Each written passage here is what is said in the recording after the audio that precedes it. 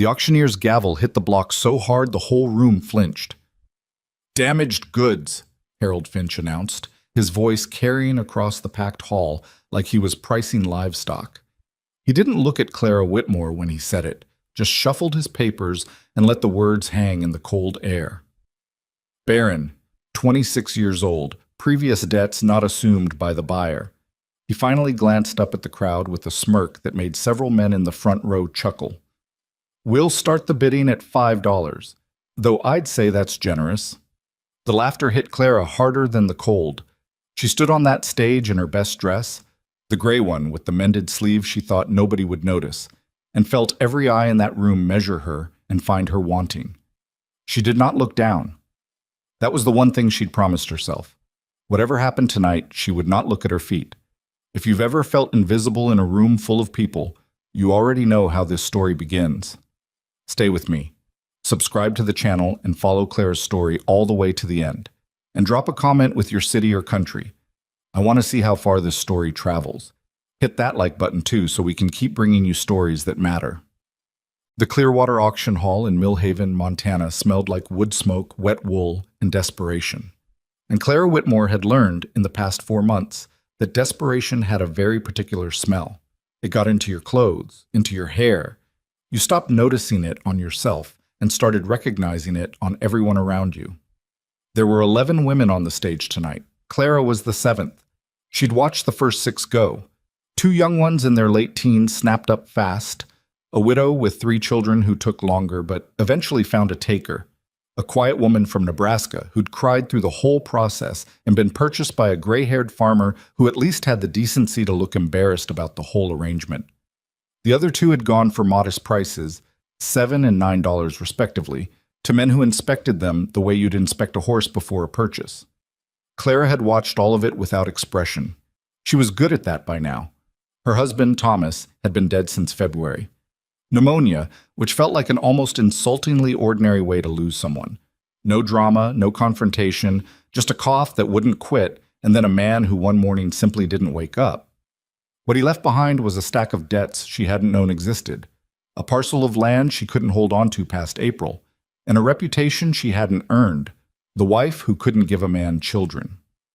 The doctor in Cheyenne had told Thomas that 3 years prior, during the examination after her second miscarriage. He'd delivered the news to Thomas directly, as if Clara weren't sitting right there in the chair across from his desk. "The damage is too significant," he'd said, addressing her husband. "She won't carry to term again." And Thomas had nodded in that careful way he had, thanked the doctor, and ridden the entire way home without speaking a word about it. She'd never been entirely certain whether he'd blamed her. She'd never asked. Now Harold Finch was reading that same history off a piece of paper like a livestock notice, and 40 men in a Montana auction hall were reassessing whether she was worth their time. $5, Finch repeated. "Anyone?" Silence. Someone coughed near the back. A chair scraped.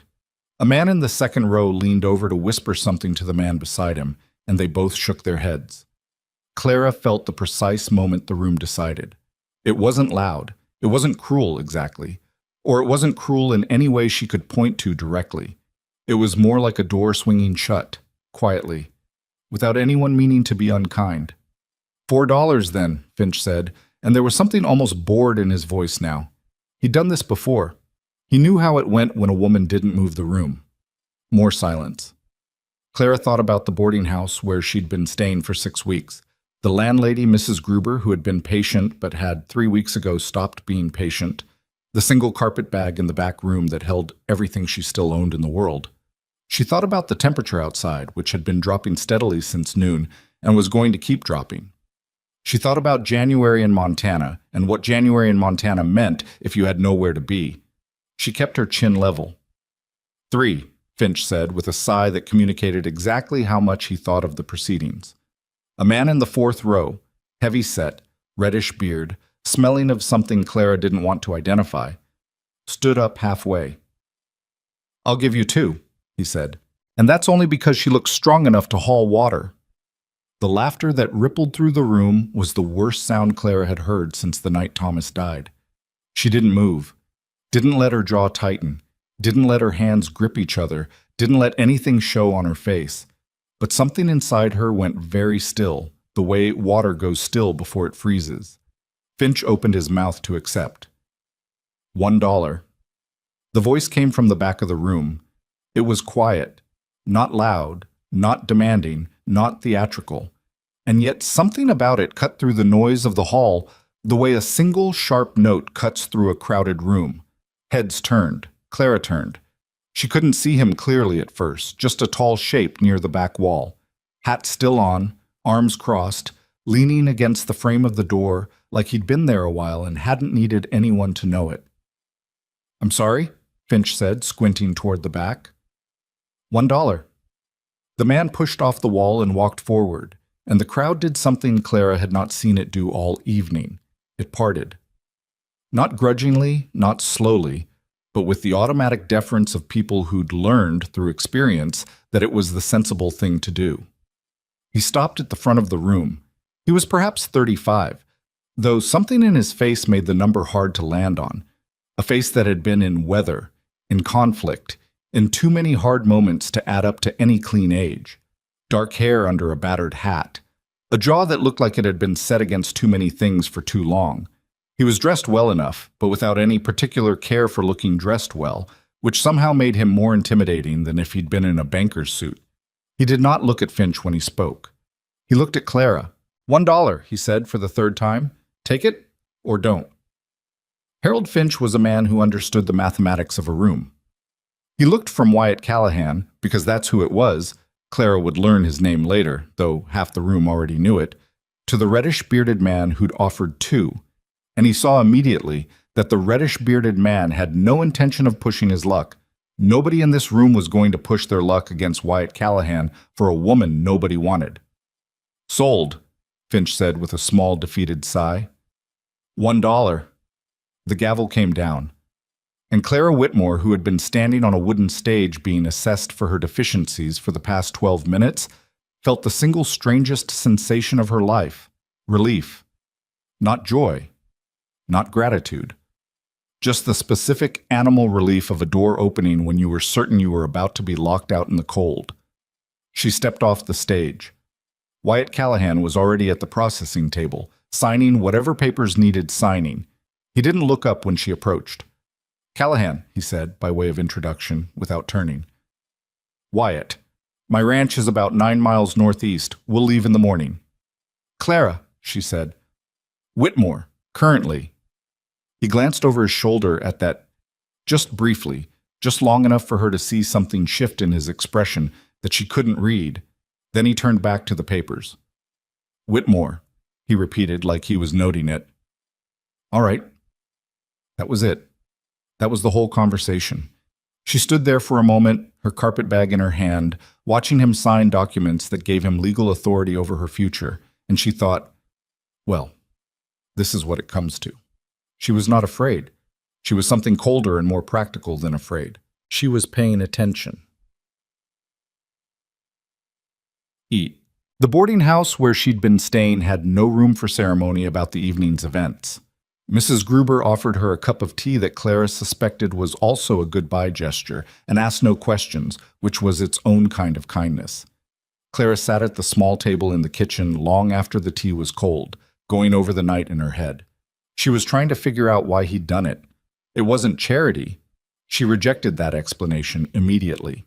The man hadn't moved like someone performing charity.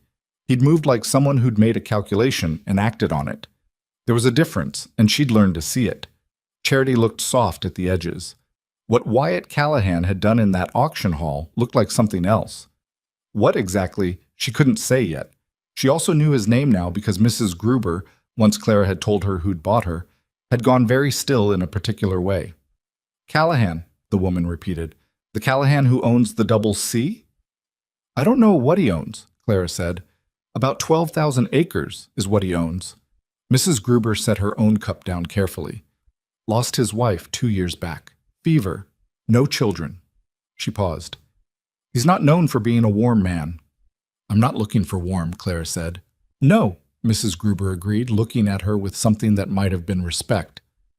"I suppose you're not." Clara had not slept well in 4 months.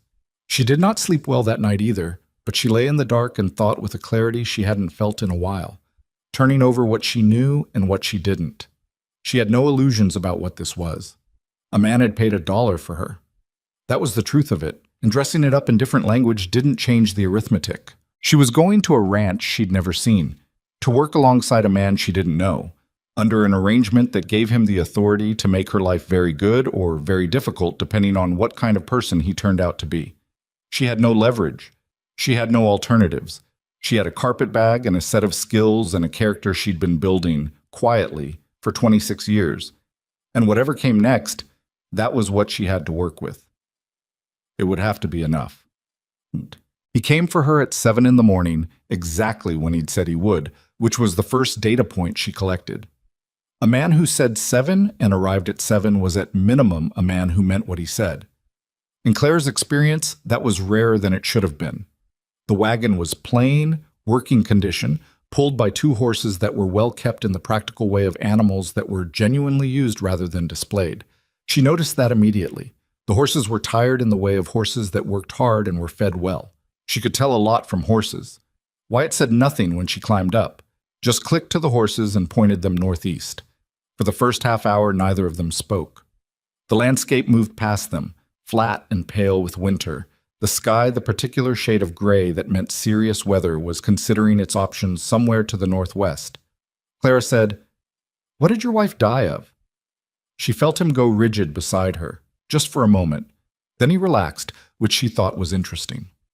"Fever," he said. "Prairie fever. Spring of '93. "I'm sorry." "It was 2 years ago." Which wasn't a response exactly, but she let it sit.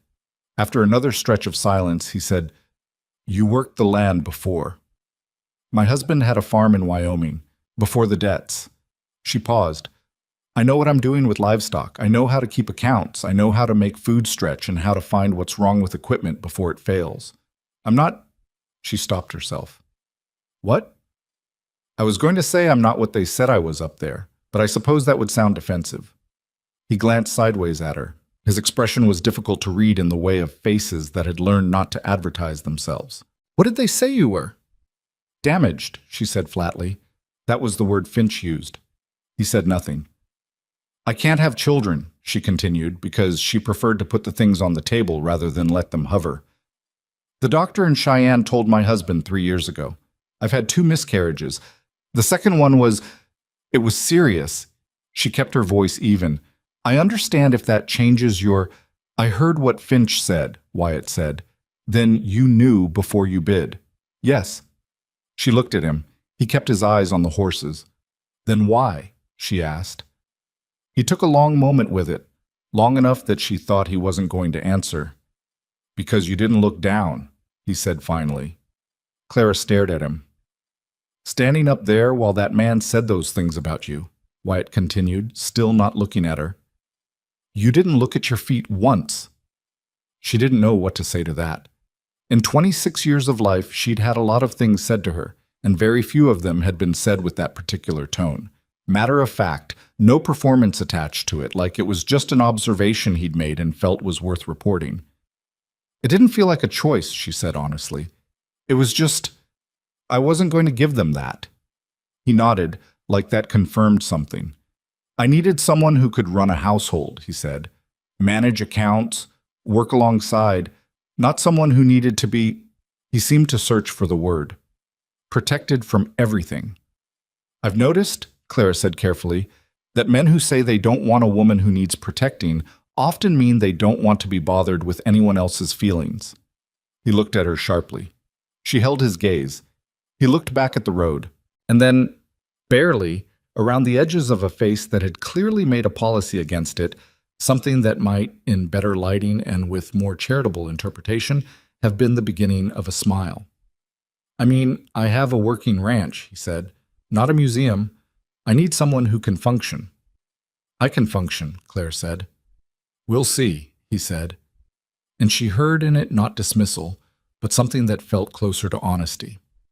The wagon rolled northeast into the gray Montana morning, and Clara Whitmore watched the landscape and thought about function, and about value, and about what it meant to be purchased for $1, and how much or how little that fact was going to define what came after. She had not come this far by letting other people's definitions stick. She had no intention of starting now. The Double C Ranch appeared on the horizon as a cluster of buildings against the flat winter sky. Main house, barn, 2 outbuildings, a bunkhouse further back, where a thin line of smoke suggested occupied. It was not grand. It was substantial, the kind of place that had been built by someone who thought in terms of what worked rather than what impressed, added to over time with the same practical logic. She had questions about the inside of the main house before they reached it. The outside told her enough to know the questions were worth asking. The ranch hands appeared as they pulled up. 3 men who came out of the barn and watched the wagon arrive with the carefully neutral expressions of people who'd been told something was happening and had opinions about it they'd decided, for now, to keep to themselves. Clara noted each of them. A tall man, young, who looked away when she met his eyes. A shorter, older man with a gray beard who looked back steadily. A third who was watching Wyatt rather than her, checking for information. "Mrs. Whitmore," Wyatt said, stopping the wagon. "This is Pete, Gideon, and Walt." He said it with the precision of a man who considered names to be functional information. "They run the cattle operation. You'll have questions. They can answer them." "Mrs. Callahan," the older one, Pete said, with a small, deliberate nod. She couldn't tell if it was respectful or corrective, maybe both. "Whitmore," she said. "For now." Wyatt climbed down from the wagon and went around to the back without any fanfare about helping her down, which she found she actually preferred. She climbed down herself and picked up her carpet bag. "I'll show you the house," Wyatt said. The inside of the house was... She took it in quickly, the way she'd learned to take in rooms that were going to be hers to manage. Large main room, fireplace needing cleaning, furniture solid but dusty in the way of furniture that gets dusted around rather than moved.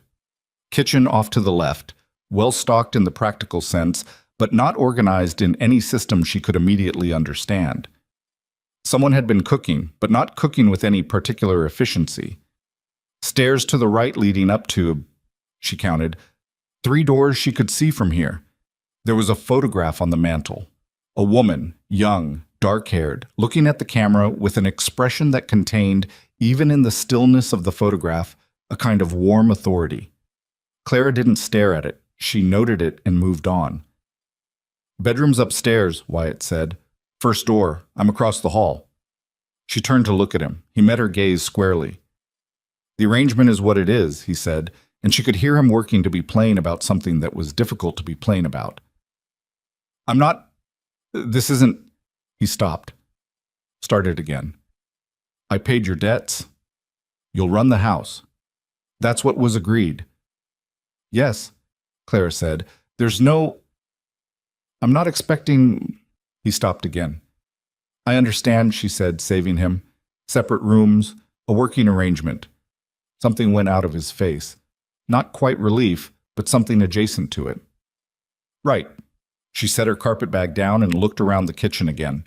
"When did you last have someone managing this household properly?" she asked. The pause that followed answered the question before he did. "My wife died in March of '93, he said. 2 years.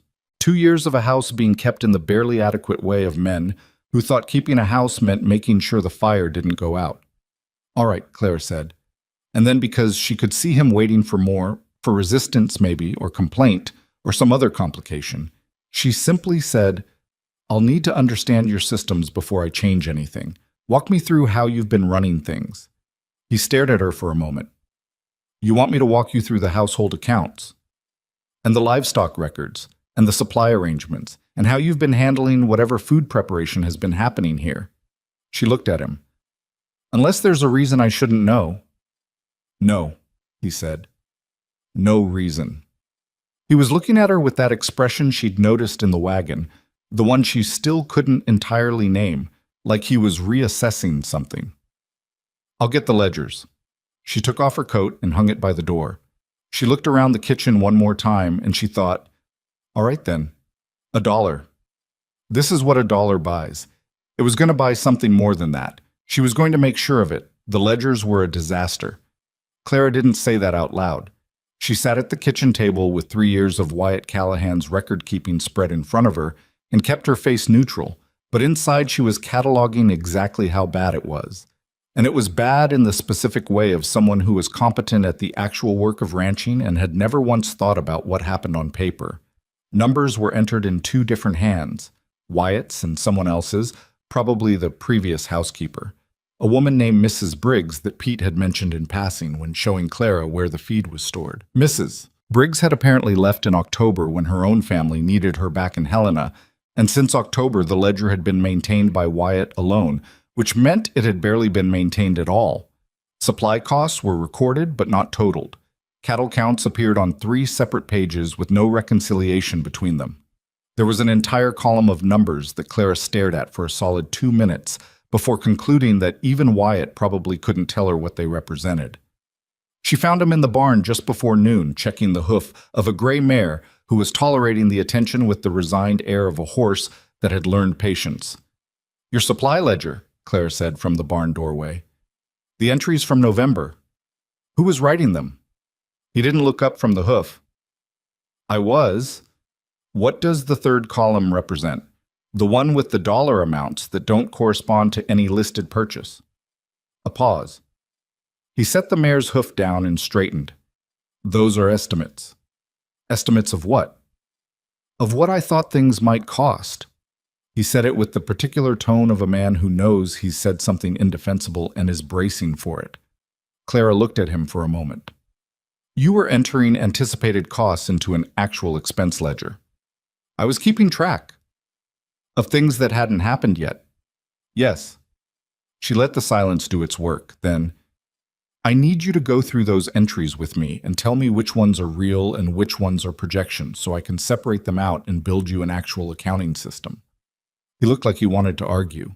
She could see it, the reflexive resistance of someone who'd been doing things a certain way for 2 years and didn't particularly enjoy being shown the holes in it.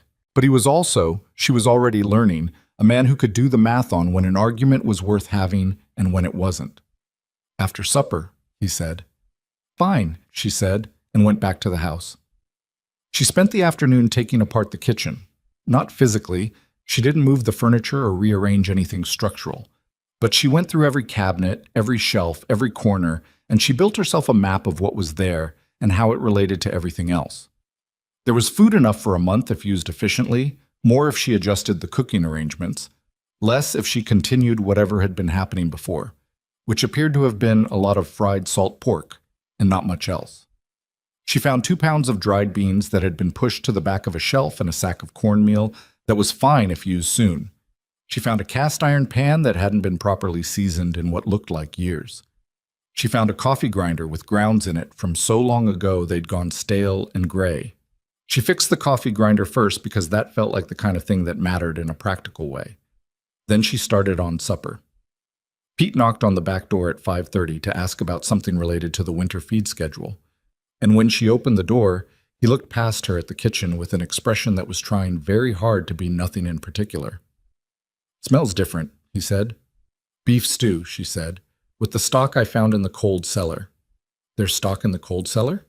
"There was. I used most of it." She looked at him. "Did nobody know it was down there?" Pete had the decency to look slightly embarrassed.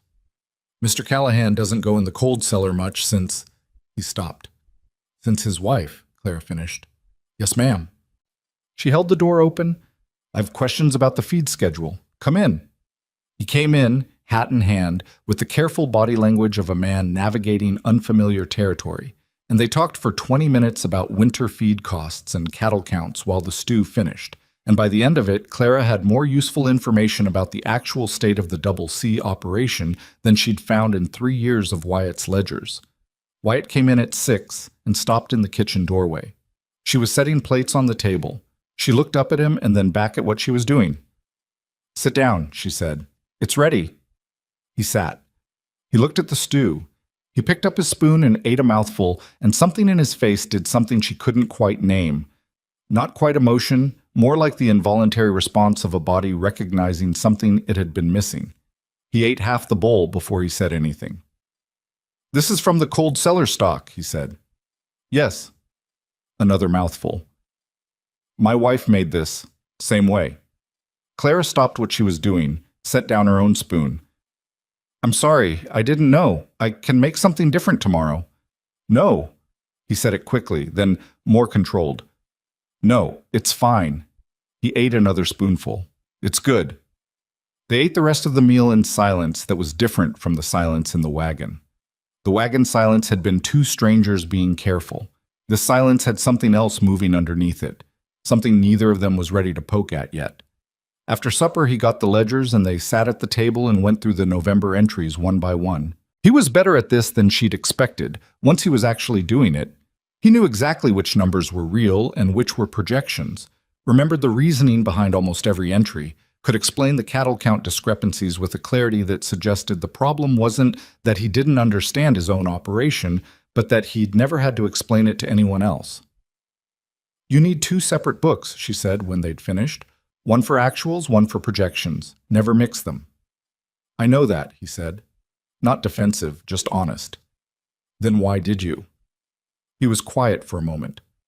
After Margaret died, He paused, reorganized. I was keeping the ranch running. The books they were something she managed more than me. I was keeping them the way I thought she did. Clara looked at the ledger. She was the one doing the accounts. Yes. And you've been trying to reconstruct her system from memory for 2 years. He didn't answer, which was its own kind of answer. All right, she said, and kept her voice neutral because she could hear how much it had cost him to say even that much. We'll build a new system from scratch, something that makes sense to both of us. He nodded once. I'll need you to explain how the cattle sales work, she continued. The spring schedule, who you sell to, what the current contracts look like. That can wait until tomorrow. Yes, she agreed. It can. She gathered the ledgers and stacked them neatly at the end of the table. When she looked up, he was watching her with that expression again. The one she'd noticed twice now, the reassessing one, the one she still hadn't figured out entirely. What? She asked. Nothing, he said. Stood up. I'll be up at 4:30. Kitchen fire should have been going by 5 if you're making breakfast. 4:45, she said. I need that 15 minutes. He paused. 4:45. Good night, Mr. Callahan. Wyatt, he said, almost as an afterthought, already heading for the stairs. She sat alone at the kitchen table for a while after his footsteps went quiet above her, and she thought about Margaret Callahan, whose beef stock was in the cold cellar and whose accounting system her husband had been trying to reconstruct from grief for 2 years. She thought about photographs on mantels and stew recipes and the particular way a house held the shape of someone who was gone. She didn't feel sorry for him exactly. That wasn't the right word. She felt something more complicated. A recognition of damage that looked different from her own, but came from the same general territory of loss. She blew out the kitchen lamp and went upstairs to her own room. Tomorrow was going to be a long day. They were all going to be long days. That was fine. Long days she could manage. The first real test came on the 4th morning. It wasn't dramatic. It didn't announce itself. That was the thing about the moments that actually counted. They rarely did. She'd been up at 4:30. She'd lied about 4:45. She always got up at 4:30. She just didn't want to give him more than he needed to know yet. And she was in the kitchen when she heard Walt and Gideon talking in the yard. She couldn't make out all of it through the wall, but she caught enough. Her name, the word auction, and then something that made them both laugh in the low way men laughed when they were certain they weren't being heard. She finished making the coffee. When Gideon came in for breakfast 20 minutes later, he sat down and started eating before he noticed she was looking directly at him. He glanced up. Something wrong? He said, in the tone of someone who didn't think there was anything wrong and also didn't much care. I heard you and Walt in the yard, Clara said. His jaw stopped moving for just a second. Then he resumed chewing and looked back at his plate. We were just talking. Yes, she said. I could hear that.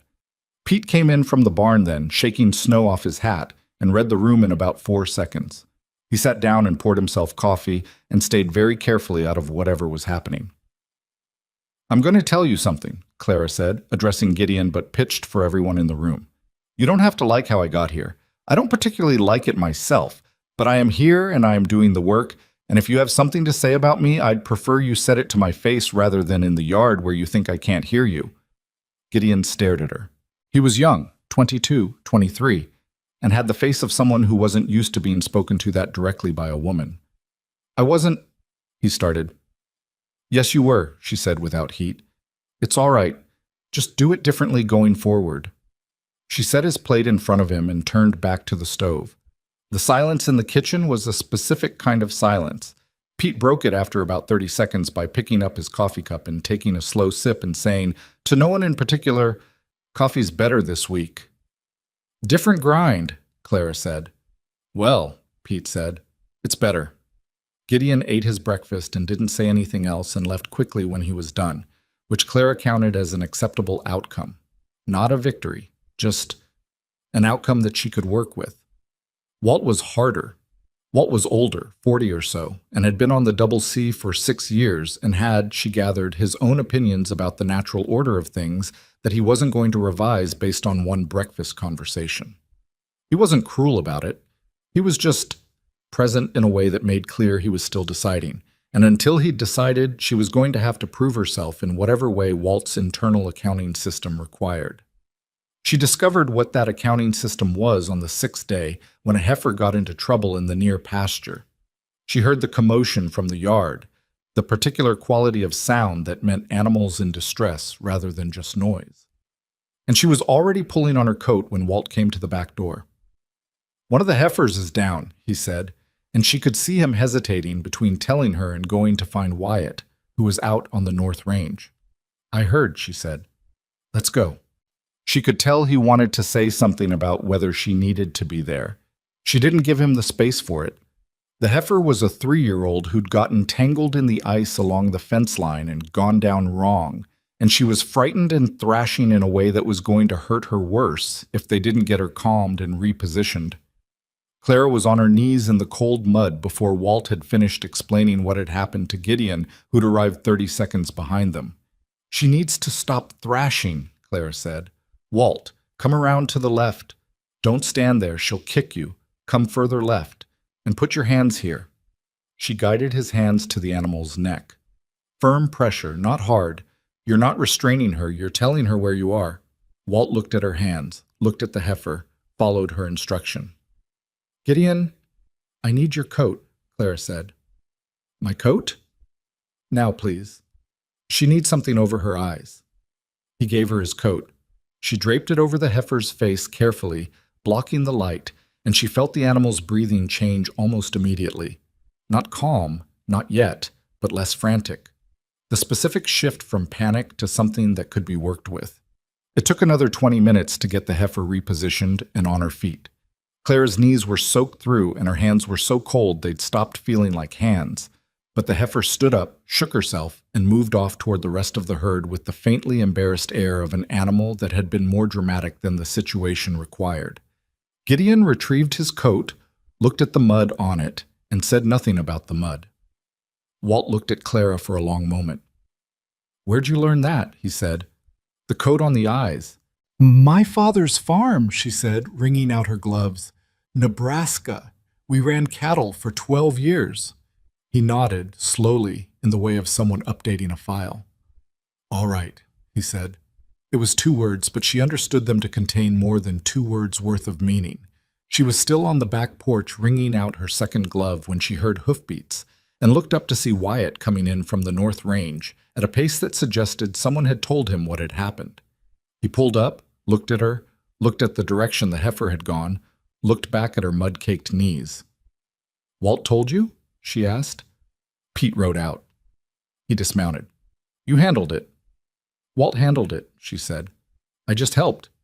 He looked at her with that expression, the one she was starting to recognize. "My knees are fine," she said, before he could ask. "And I need to change my stockings before I catch anything, so if you don't need me." "Clara." She stopped. "Thank you," he said. She stood there for a second, not quite sure what to do with the plainness of it. "It's what I'm here for," she said, and went inside. Cut. The pattern that established itself over the following weeks was not comfortable, exactly. Comfortable implied ease. and there was nothing easy about two people learning the particular shape of each other's habits and limits. But it was functional. More than functional, if she was honest with herself, which she was trying to be. She had the household running on a system within 10 days. The ledgers were separated and organized. She'd found two areas where the ranch was bleeding money unnecessarily. One in supply purchases that were being made in Millhaven at inflated prices when the same goods could be had from a supplier in Billings with a twice-monthly delivery arrangement, and one in the feed costs that Pete had flagged as a problem but never escalated because he didn't think it was his place. She put both in front of Wyatt on a Wednesday evening with the numbers laid out clearly and her proposed solutions beside them. He read through it without speaking, looked up. "You found this in 2 weeks," he said. "The Billings arrangement was in your old correspondence. Someone offered it to you in 1892, and you never followed up." Margaret dealt with the correspondence. "I know." She paused. She had good instincts. The filing system in the correspondence box is intelligent. Once I understood the logic of it, the supplier letter was easy to find. He looked down at the papers again. Something moved across his face. Not grief exactly, but something adjacent to it. The specific expression of a man who had just been handed an unexpected piece of evidence that the person he'd lost had been more than he'd even realized. He stopped. She was good at the business side. "Yes," Clara said simply, and didn't push it. He approved both proposals. That Friday, she made a list of things the kitchen needed and drove herself into Millhaven in the smaller wagon. Wyatt had offered to have Pete take her, and she'd said she'd go herself, and he'd paused and then said fine, which she noted. The town's relationship to her arrival at the Double C had been percolating, she was aware, in the way of small-town relationships to anything that could be discussed in the general store or over fences. She felt it in the way conversations adjusted when she walked into Mercer's Supply. Not hostile, not welcoming, just watchful. A careful renegotiation of how to categorize her. She was putting flour in her basket when she became aware of a woman standing close enough to be deliberate about it. Vera Aldrich. Clara knew the name because Pete had mentioned it without elaborating in a way that implied she should recognize it. She was perhaps 50, well-dressed in the particular way of women whose dressing communicated social positioning rather than personal taste, and she was looking at Clara with the bright, focused attention of a woman who had been waiting to form an opinion and had decided today was the day. "Mrs. Callahan, is it now?" Vera said. "Whitmore," Clara said. "Of course." A small smile. "How are you finding the ranch?" "Cold," Clara said, because it was true, and because she had decided, on the wagon ride in, to let Millhaven form whatever opinion it was going to form and to give it as little material as possible to work with. "And Wyatt," Vera continued, and Clara heard in the particular warmth she put on that name a history she wasn't going to ask about. "He must be relieved to have someone managing things again." "You'd have to ask him," Clara said pleasantly. "He's a difficult man." Vera tilted her head.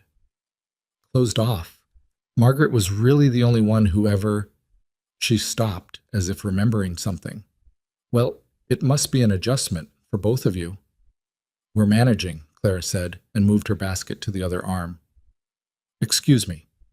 She finished her shopping and drove back to the ranch and didn't think about Vera Aldrich or the history in her voice when she said Wyatt's name. There was no point thinking about it. It was background information, same as the supply ledgers and the correspondence box. Things that told her about the landscape she'd landed in, not things that changed what she was doing here. She was pulling the wagon into the yard when Wyatt came out of the barn and took the horses without being asked, and she noticed that too, the way she noticed everything now. As data. As information about who he was.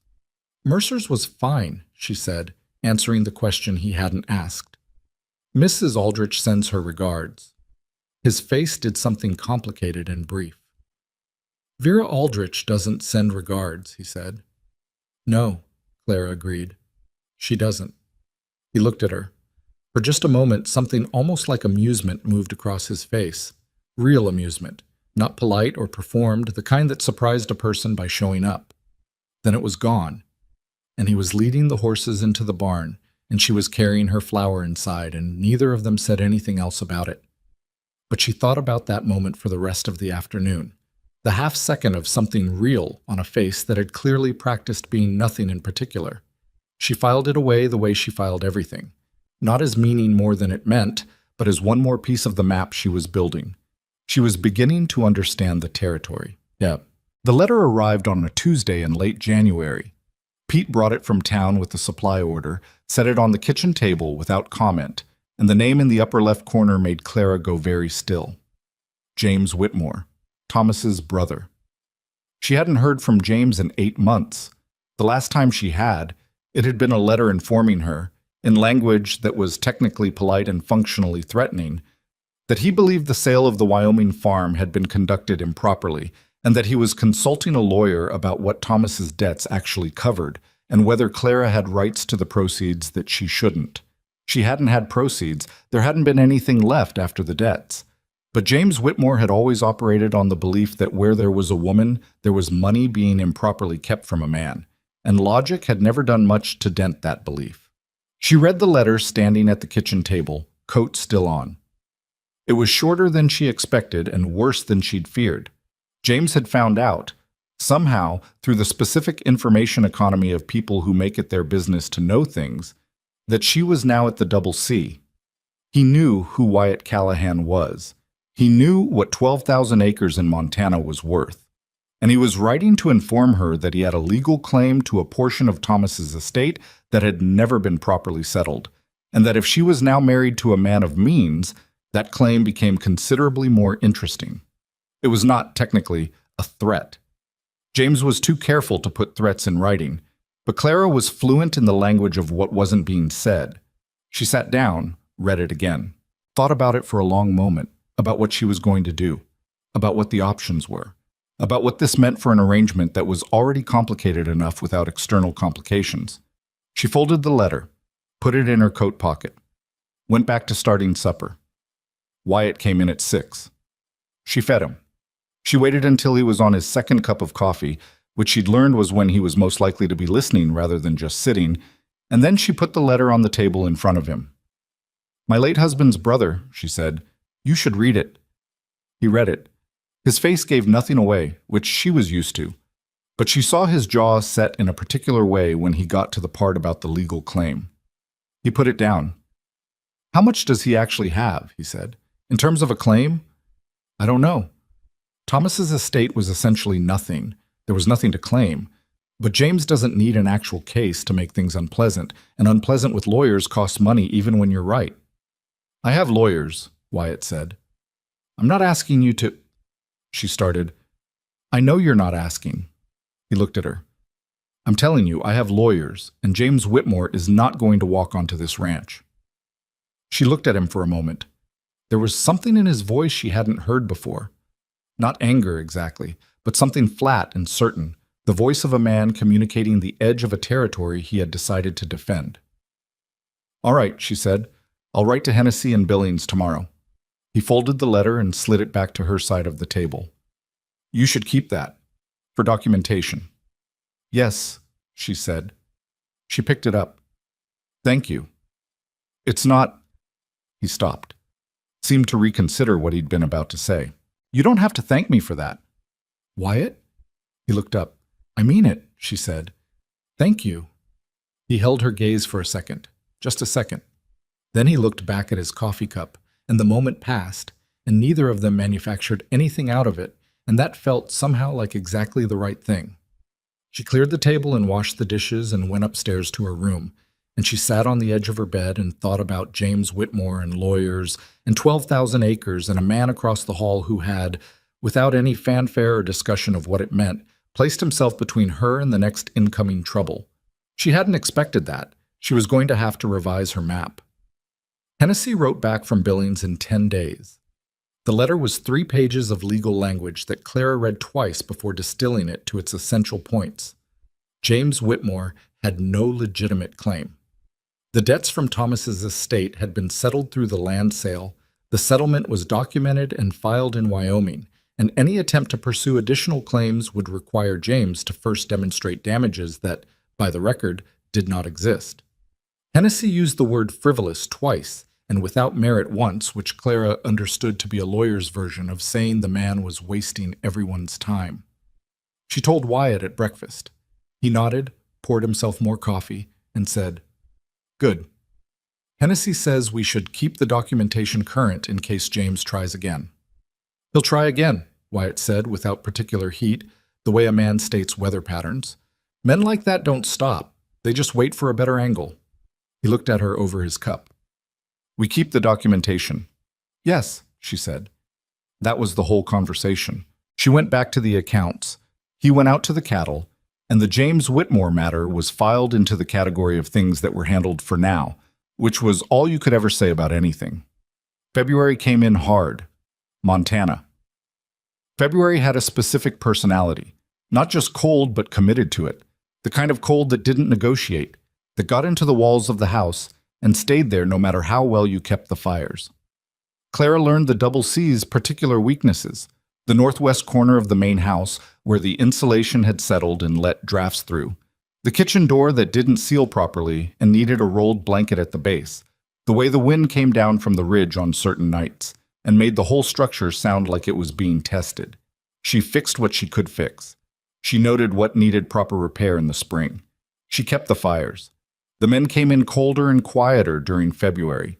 Even Pete, who was constitutionally even-tempered, had a shorter radius of patience. Gideon got into a dispute with Walt over something that started with a misplaced saddle and escalated, in the way of February disputes, into something that had nothing to do with the saddle. Clara heard them through the kitchen window, voices rising in the cold, and she opened the back door. "Gideon?" she said. He looked up mid-sentence. "I need firewood brought in before it gets dark." He opened his mouth, closed it, looked at Walt, looked back at her. "Now would be good," she said pleasantly. He came.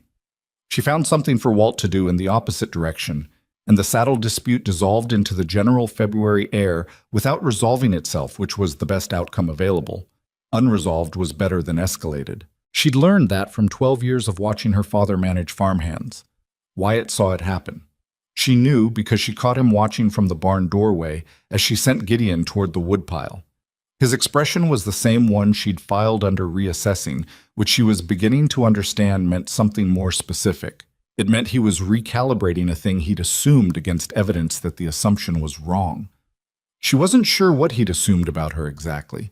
Something with less backbone, maybe. Something more approximate to what the auction hall had seemed to offer. She went back inside and didn't think about his expression.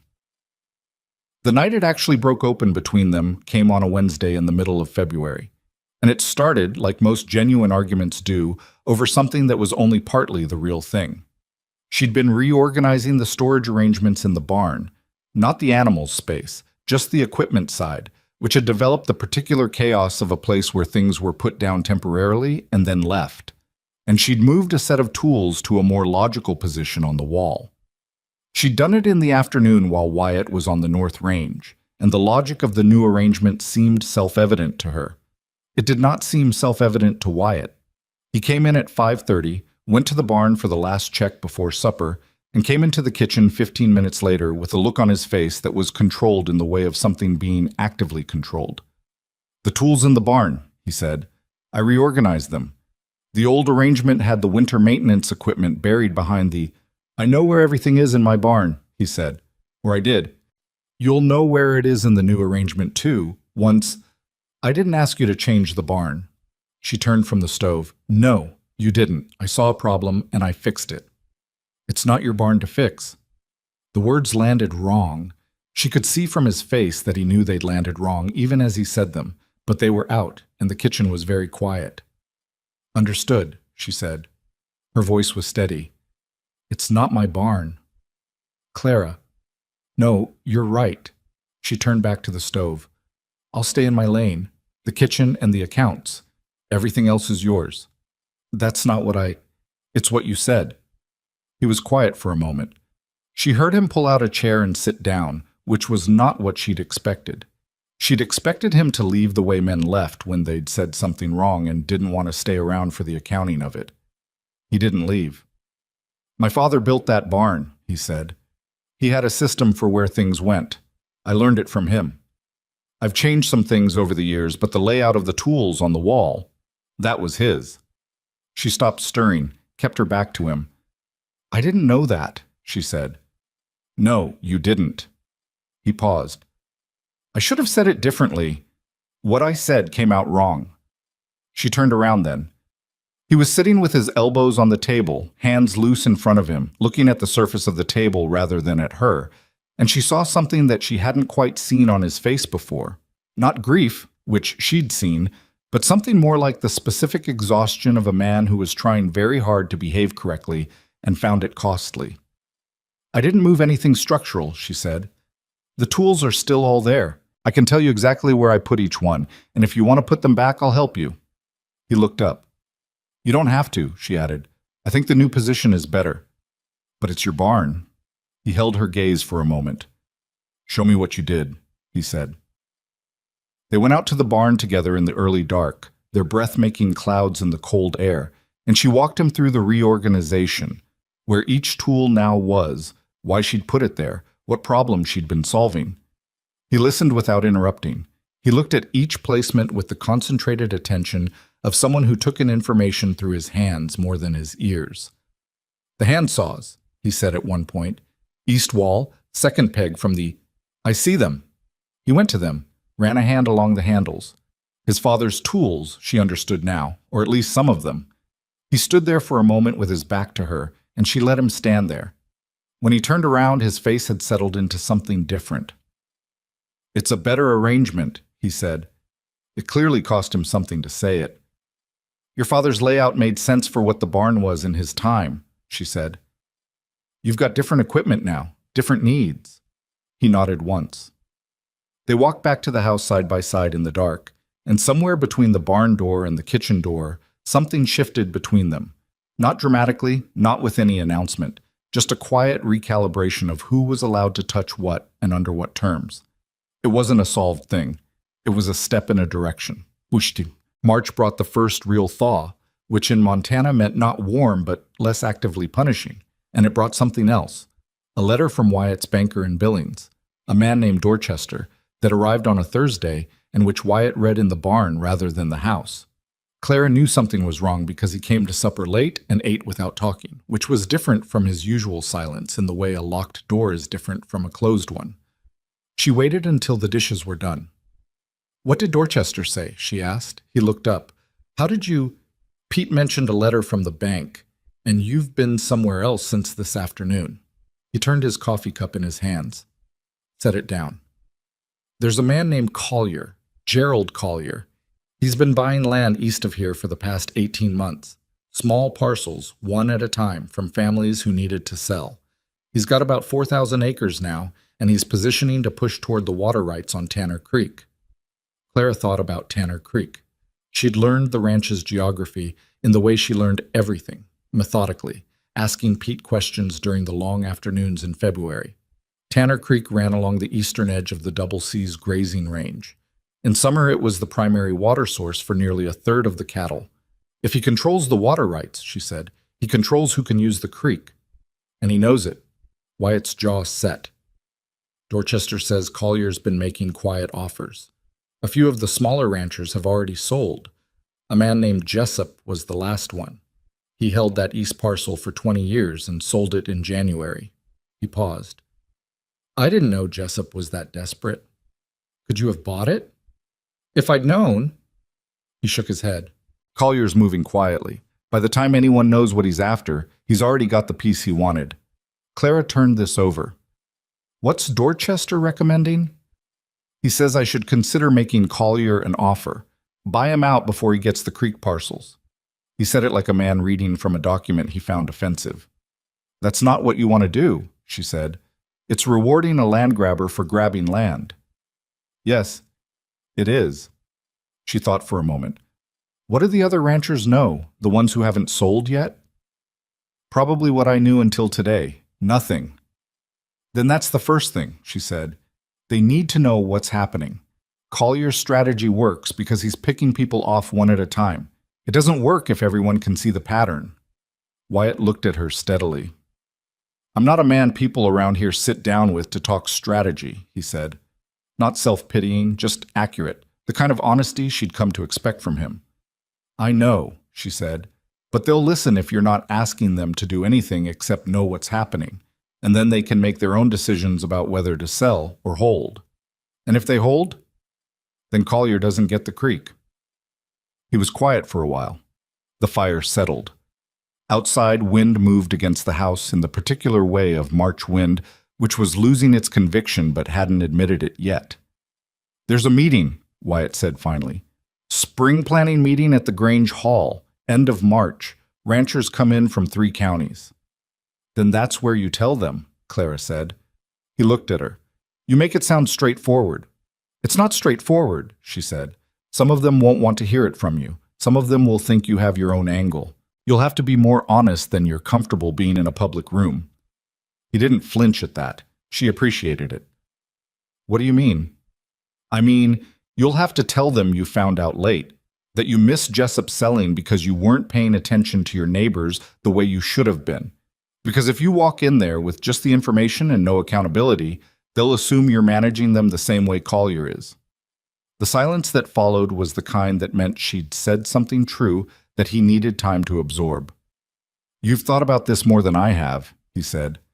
"I've been thinking about it since you came to supper looking like you did," she said. "I looked fine." "Wyatt," he almost smiled. Almost. "I'll think about what you said." "All right," she said. "Good night." She was halfway to the stairs when he said, "Clara." She stopped. "The barn arrangement," he said. "It's better. You were right."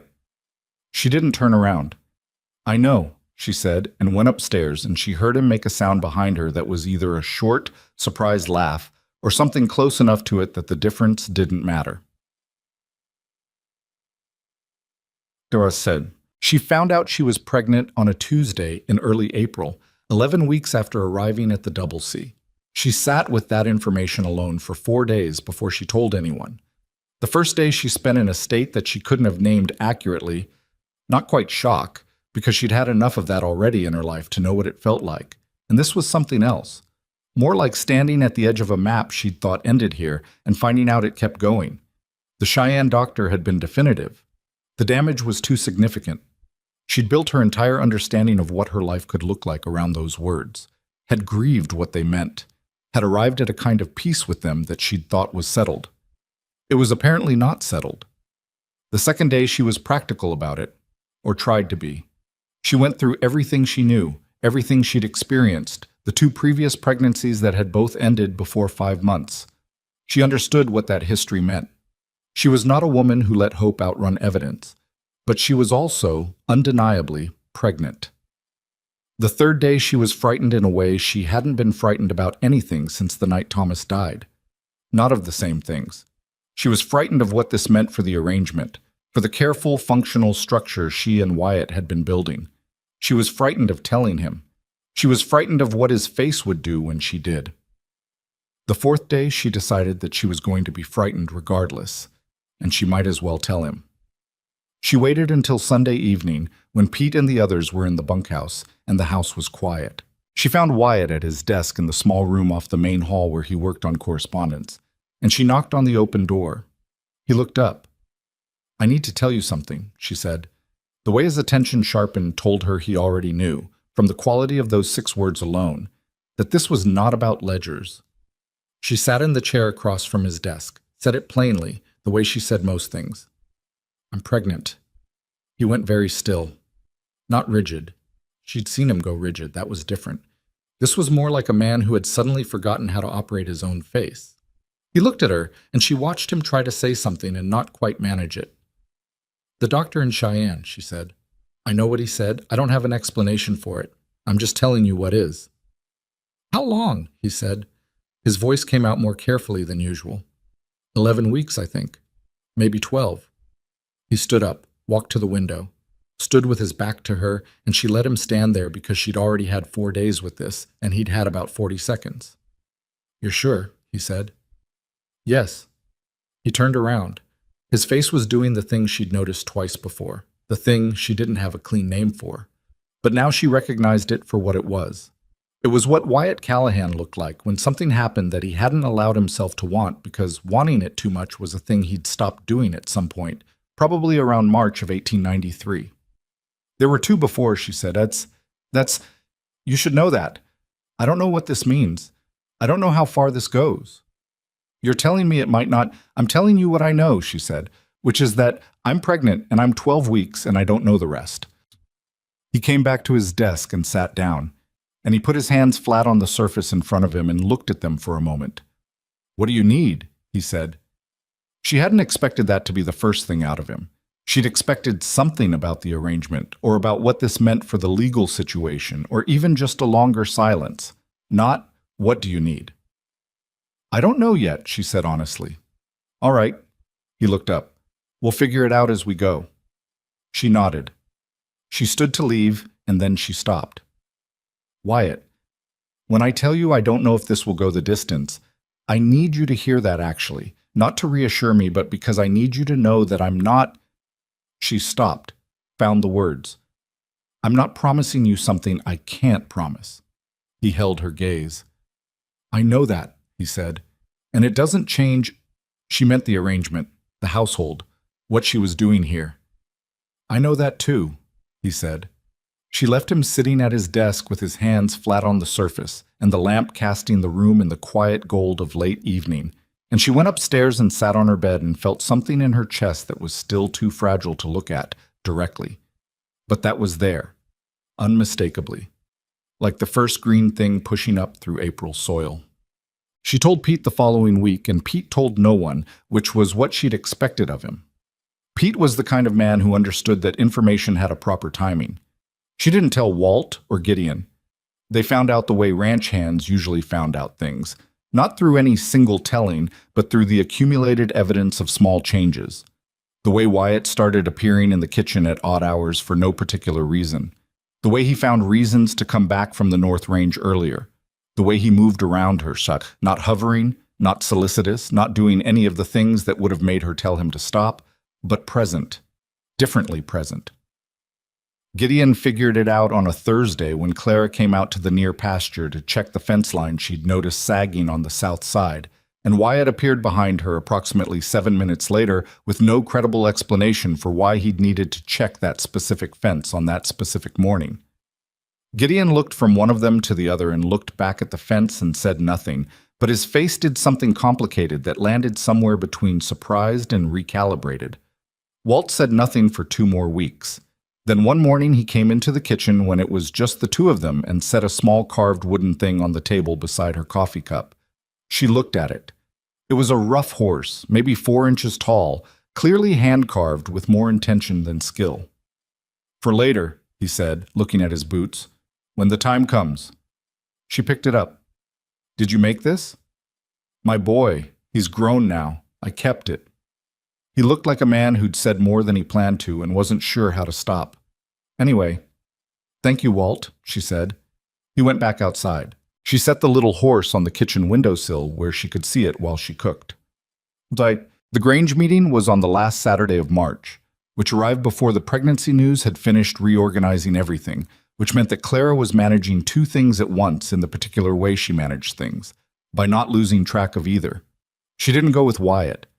She thought about it and decided the meeting needed to be his own, that having her there would give the other ranchers one more thing to look at besides what Wyatt was saying, and what he said needed to be heard clearly. He left on Saturday morning in the good wagon, dressed better than usual, with the documentation she'd helped him organize.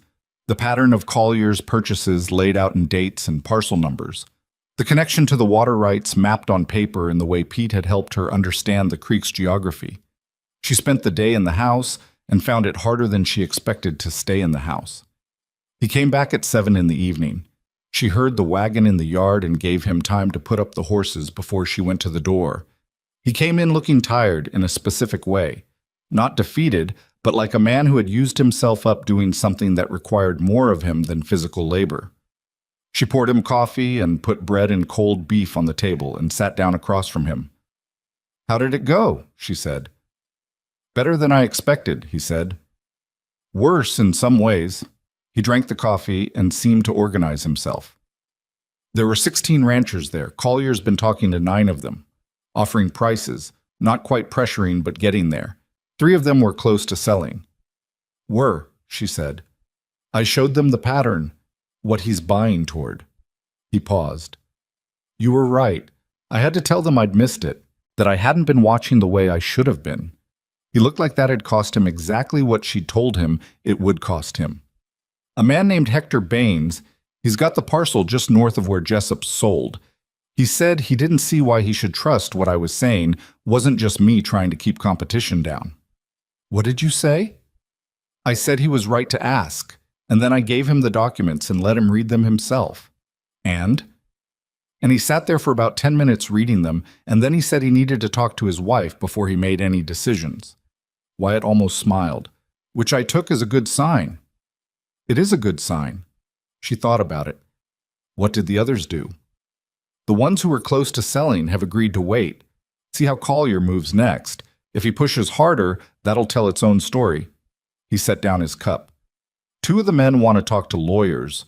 One of them, Dan Ferris, he's got a good head, he suggested they form a water rights coalition, file jointly with the county to establish shared access rights to the creek before Collier can make his move. Clara looked at him. That would work, she said. It might work, he corrected. It's not done yet.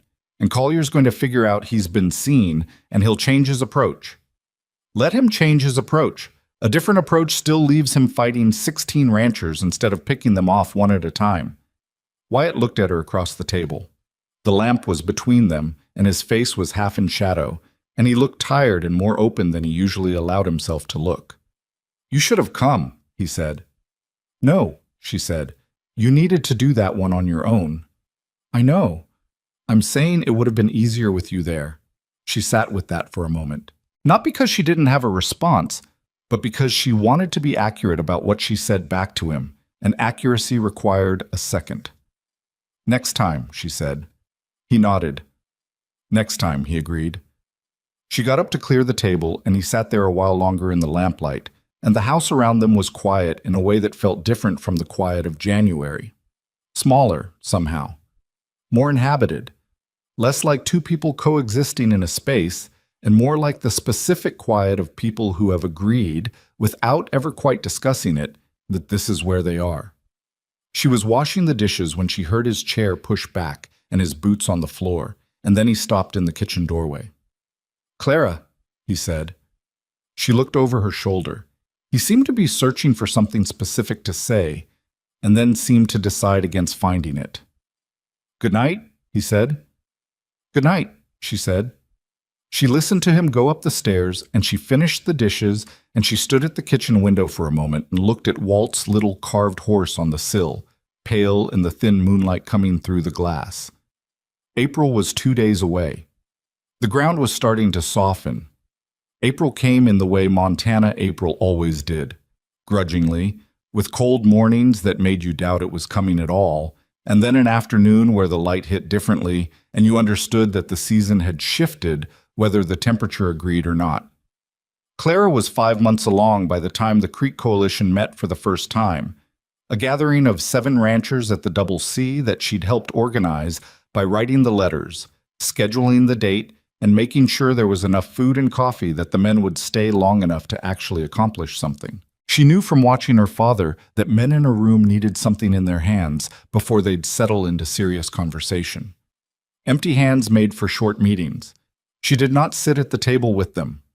That was Wyatt's read on it, and she thought he was right, one unfamiliar variable at a time. But she was in the kitchen, which shared a wall with the main room, and she missed very little. Hector Baines had come, which she considered the real victory of the afternoon. Baines was a man whose default setting was suspicion, but he'd talked to his wife as he'd said he would, and his wife had apparently said something useful, because he sat down at Wyatt's table and unfolded his own copy of the parcel map and put his finger on the section just north of where Jessup had sold. I had a man come by last week, Baines said. Didn't introduce himself as working for Collier, called himself an independent buyer. What did he offer? Dan Ferris asked. 14 cents on the dollar below what the land's worth. Baines said it flatly.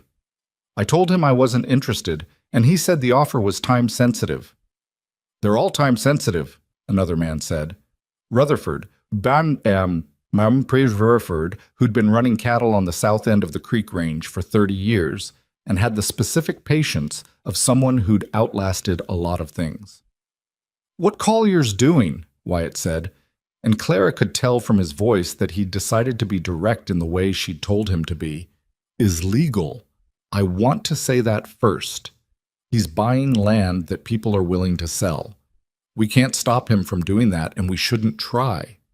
What we can do is make sure he can't use what he buys to block everyone else's access to the water." "The county filing," Ferris said. "You talked to Hennessy?" "Last week. He says if we file a joint claim establishing historical water rights to the creek, all of us who've been using it, with documentation going back as far as we can get, it creates a legal record that predates any access agreement Collier might try to establish. He can own the land. He can't retroactively own the usage that's been there for 20 years. "That's not simple," Rutherford said. "No," Wyatt agreed. "It's not simple. It requires everybody to pull their documentation, deeds, cattle records, anything that shows consistent use of the creek going back. Hennessy says the stronger the record, the stronger the claim." There was a silence in which Clara could hear the specific quality of men doing arithmetic. Not numbers, but something more complicated. Who they trusted, what they stood to lose, whether the effort was worth the result. "What does it cost?" Bain said. Wyatt told him. There was another silence. "I'll cover the filing costs," Wyatt said. "All of them. For everyone at this table." Clara stopped what she was doing at the stove. "Why?" Rutherford said with the directness of a man who'd learned to ask the plain question. "Because I missed what Collier was doing until it was almost too late," Wyatt said. "And because the creek runs through my range, too. I've got as much to lose as any of you." He paused. "And because it's the right thing to do." The last part came out a little awkward, like a man not entirely comfortable saying things like it's the right thing to do aloud. But it landed honestly, which was better than smooth. By the time the meeting ended, 6 of the 7 men had agreed to provide documentation. The 7th, a younger rancher named Cade, who'd inherited his land 2 years ago and hadn't yet decided what kind of rancher he was going to be, said he needed another week, which Wyatt said was fine. Clara had coffee ready when the men came into the kitchen before leaving, and she stood at the counter and listened to the conversation and said nothing until Baines, on his way out the door, stopped and looked at her. "You wrote the letters," he said. Not a question. "Mr. Callahan wrote the letters," she said. Baines looked at her with the expression of a man who knew exactly what he was being told and what he was also being told to accept. "Well," he said, "they were well-written letters." "Thank you," she said. After they'd all gone, Wyatt stood in the kitchen doorway while she cleaned up the coffee cups. She could feel him thinking. "You could have sat at the table," he said. "Next time," she said, same as she'd said it before. "I meant today." She looked at him over her shoulder. "I know you meant today." She turned back to the cups. "Baines needed to trust you. That room needed to be about what you were building with those men. If I'm in it, it's about something else. You don't give yourself enough credit." "I give myself exactly the right amount," she said. "I just know what room to be in and when." He was quiet for a moment. "The Collier thing isn't finished," he said. "Even if the filing goes through, Collier's going to look for another angle." "I know," she said, "but now there are 7 of you looking for it instead of 1. He came into the kitchen and picked up a dish towel, which surprised her enough that she nearly said something about it. He started drying the cups without comment, and she let him, and they finished the kitchen together in a silence that had become, somewhere over the past 3 months, one of the more comfortable silences she'd known. The baby came in late July. What Clara would remember later was not the pain, which was considerable, and which she'd prepared herself for as well as a person could. What she'd remember was the heat. It was the hottest summer in 3 years, the kind of heat that sat on the ranch like something with weight, and the bedroom in the northwest corner of the house caught it worst in the afternoons. She told Wyatt it would be fine for him to stay downstairs. He didn't stay downstairs. He stayed outside the bedroom door, which was not exactly what she told him to do, but which she understood by then as his version of compliance, technically obeying the letter of what she'd asked while making absolutely certain he was present.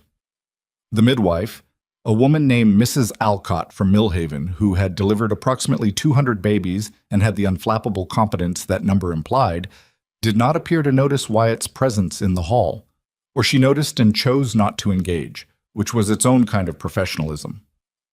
Pete had taken Gideon and Walt somewhere useful on the property. The house was very quiet except for the sounds from the bedroom. It was not a quick labor. Clara had known enough about the process to not expect quick. What she hadn't entirely accounted for was the particular quality of a long labor in July heat, when everything dragged and the light outside the window moved so slowly it seemed to have stopped. At some point in the middle of it, she heard through the door a low sound from the hall that might have been Wyatt saying something or might have been nothing. She didn't have attention to spare for it. When the baby finally arrived, a girl, healthy and furious about the transition, making her opinions known in the way of healthy newborns, Mrs. Alcott did what needed doing and then opened the bedroom door. Clara heard her say something brief and low to whoever was in the hall. Then footsteps, and Wyatt appeared in the doorway, and he looked. She'd seen his face do a lot of things in 7 months. She'd seen him controlled and careful and occasionally caught off guard, and once or twice almost amused. She'd seen him angry in the barn, grieving around the edges of Margaret's memory, steadily exhausted by February. She had not seen him look like this. He stood in the doorway of the bedroom with his hat in his hands, which he'd apparently been holding this whole time, and he looked at the baby in her arms, and his face just gave way. Not dramatically, not with any noise. It was more like watching something that had been held very tightly for a very long time simply let go. He came to the bed and sat in the chair that Mrs. Alcott had placed beside it, and he looked at the baby for a long time without speaking. "She's healthy," he said finally. His voice came out rougher than usual. "She's healthy," Claire said. "And you?" "I'm tired," she said. "I'm fine. I'm very tired." He nodded. He still hadn't looked away from the baby. "She needs a name," Clara said. He looked up then, at her, the question on his face. "You should name her," Clara said. "I don't... This is your..." She stopped, because she wasn't sure what the end of that sentence was. Your family, your ranch, your daughter, all of those were also hers now, in ways she was still calculating. "You should name her," she said again. "If you have something..." He looked back at the baby. "My mother's name was Alice," he said. "Alice," Clara said. "Tried it." "Alice Callahan." "If you like it," he said quickly. "It doesn't have to..." "I like it," she said. He was quiet for a moment. Then he reached out and touched the baby's hand, the whole thing no bigger than his thumb, with a care so deliberate it was almost painful to watch. The baby curled her fingers around his, the involuntary grip of a newborn, and Wyatt looked at that small, impossible fact with an expression Clara thought she would probably remember for the rest of her life. "Alice," he said quietly. She let him sit there. She was exhausted in a way that went below muscle and bone, the specific exhaustion of a body that had done something enormous, and she needed to sleep more than she needed almost anything. But she didn't close her eyes yet. She stayed in that afternoon with him and the baby and the heat coming through the window and the particular quality of a day that had become something it hadn't been at morning. When Mrs. Alcott came back in to check on things, she looked from Wyatt to Clara with the expression of a woman who had seen enough of life to recognize when it was doing something worthwhile. She said nothing about it. She was a professional. The town, predictably, had opinions. Clara had expected opinions. She had not quite anticipated the specific form they took. Not hostility, which she'd have known how to handle, but something more complicated. A kind of revised accounting. The women of Millhaven, who had been watching the Double C situation with the avid attention of people following a story they hadn't expected to be interesting, found themselves confronted with a narrative that didn't fit the version they'd been telling. The woman who'd been purchased for $1. That was one story, and it had a fairly predictable arc. But the woman who'd been purchased for $1, rebuilt the household finances, helped organize the Creek Coalition, and then had the child that Wyatt Callahan had spent 2 years not letting himself want. That was a different story, and different stories required different responses. Vera Aldrich was the first one to come to the ranch. Clara heard the wagon in the yard on a Thursday, 6 weeks after Alice was born, and looked out the window and recognized Vera's gray horse. She stayed in the kitchen for a moment and thought about options, and then she went to the door. Vera had brought food, a pie, which Clara noted was either a peace offering or a social gambit, or possibly both. Vera was a woman who operated on multiple registers simultaneously. "I heard about the baby," Vera said from the porch. "I thought I'd come by." "Come in," Clara said. She made coffee. Vera sat at the table with the particular posture of a woman who was in unfamiliar territory and managing it through careful deportment.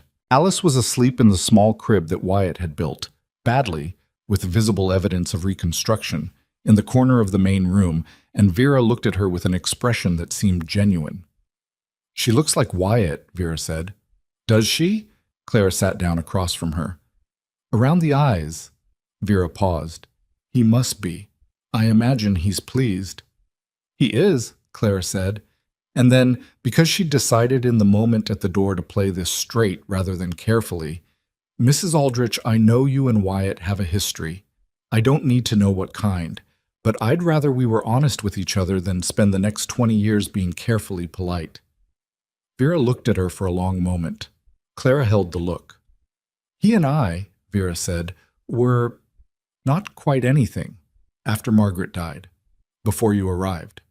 She said it with a precision that suggested she'd thought about how to say it at some point.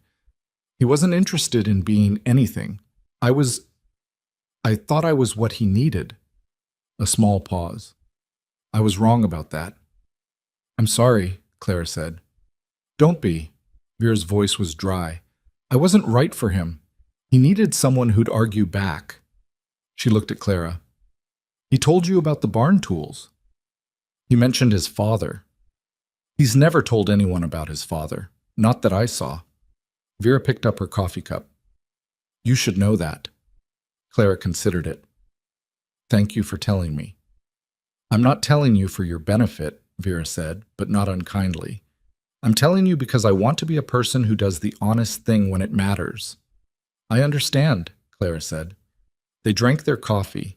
Alice made a small sound in her crib and was quiet again.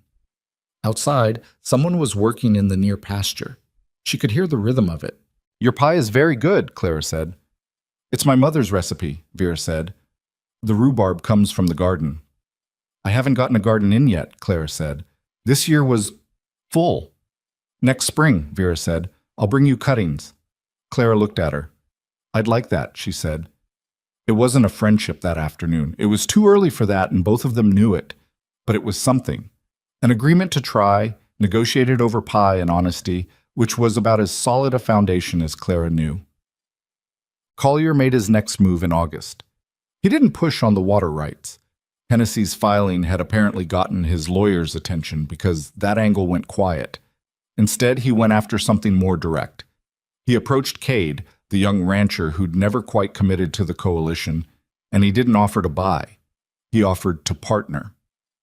Cade came to the Double C on a Sunday looking like a man carrying something he needed to put down.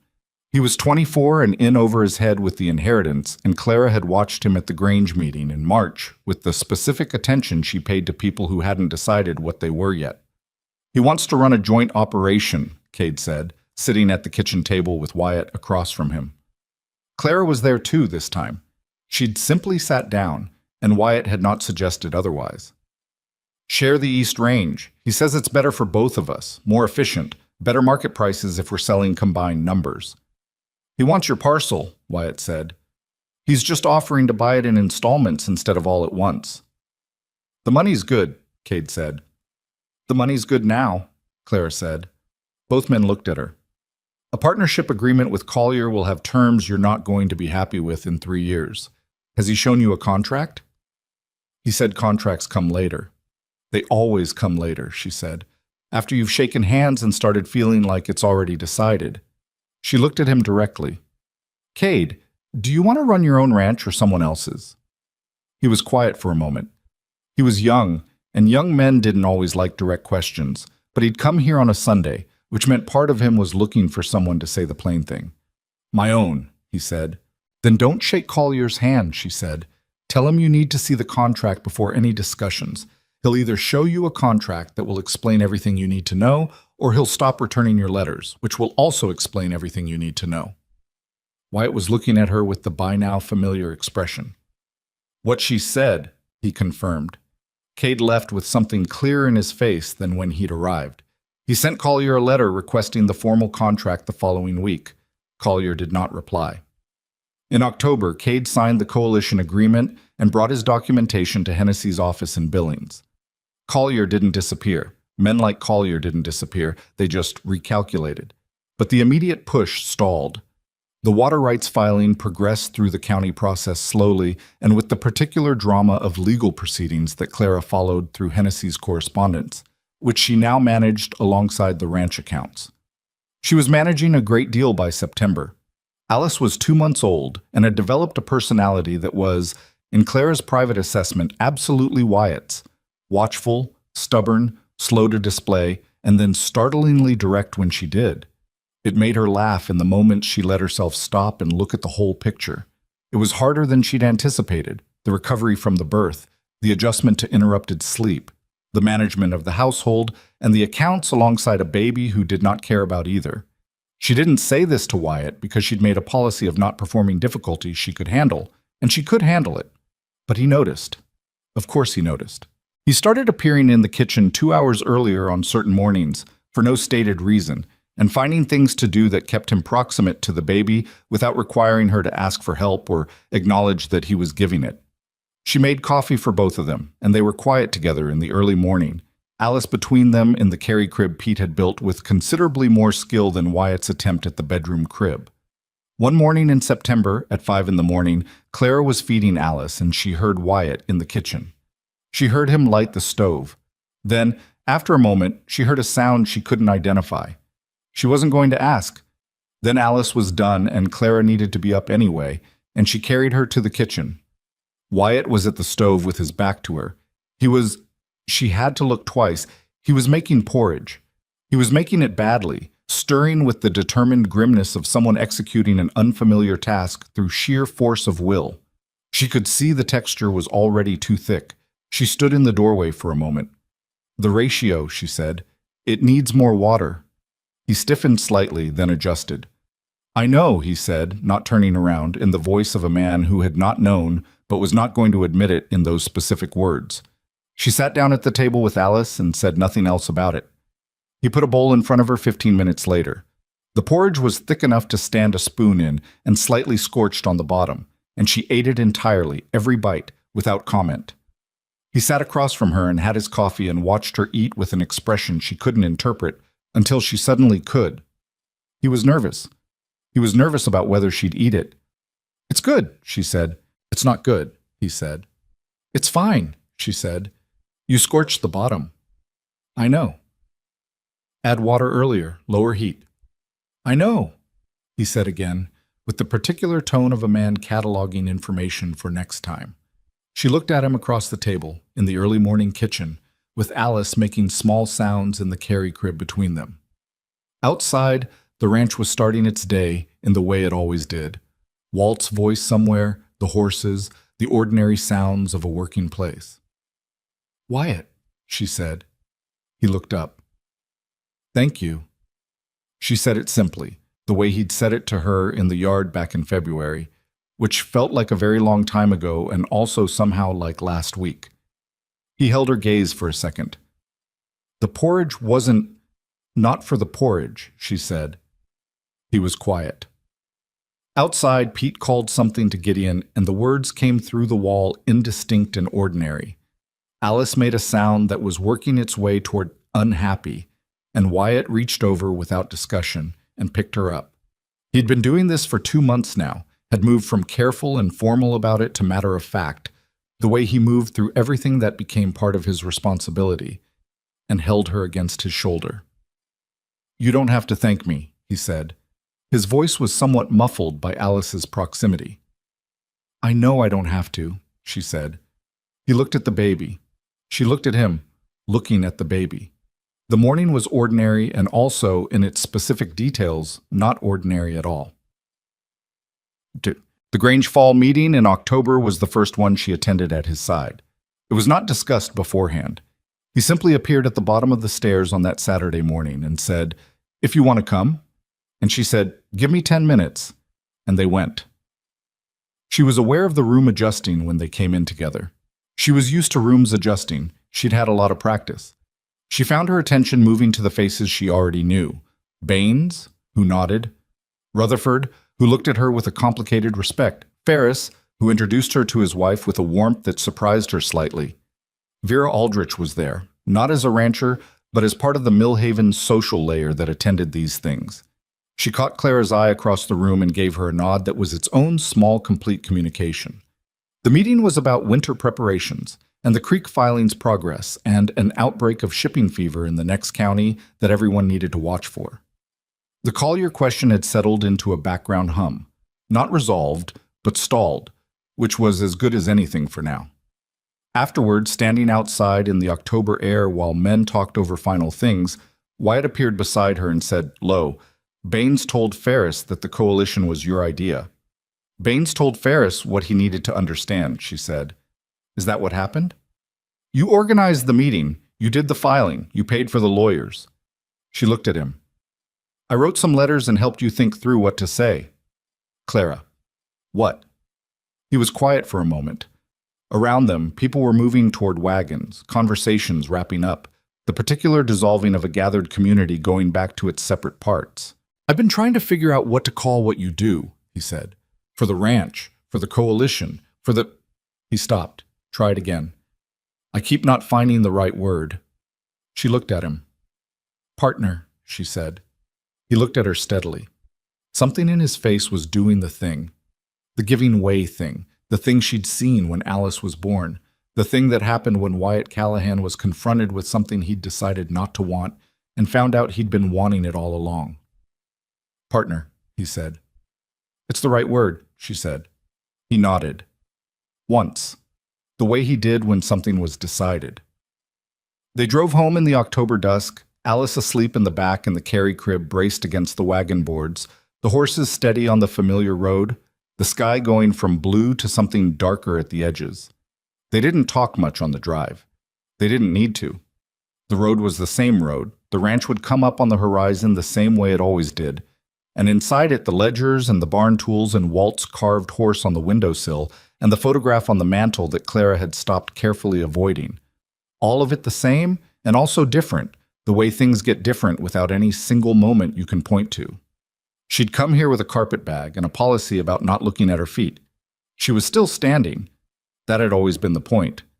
The county clerk's letter arrived on a Wednesday in November, and Clara read it twice at the kitchen table before she allowed herself to understand what it said. The water rights filing had been approved. All 7 ranchers listed in the coalition's joint claim had been granted documented historical access rights to Tanner Creek, enforceable under territorial law, registered in the county record with a filing date that predated any agreement Gerald Collier could construct. Hennessy had written a separate note clipped to the back of the official document, and his note said simply, "This is as solid as it gets. He can't touch the creek." She sat there for a moment with both letters in her hands and thought about the Grange meeting in March, the 7 men at Wyatt's table in April, Cade's face when he'd come on that Sunday, looking for someone to say the plain thing.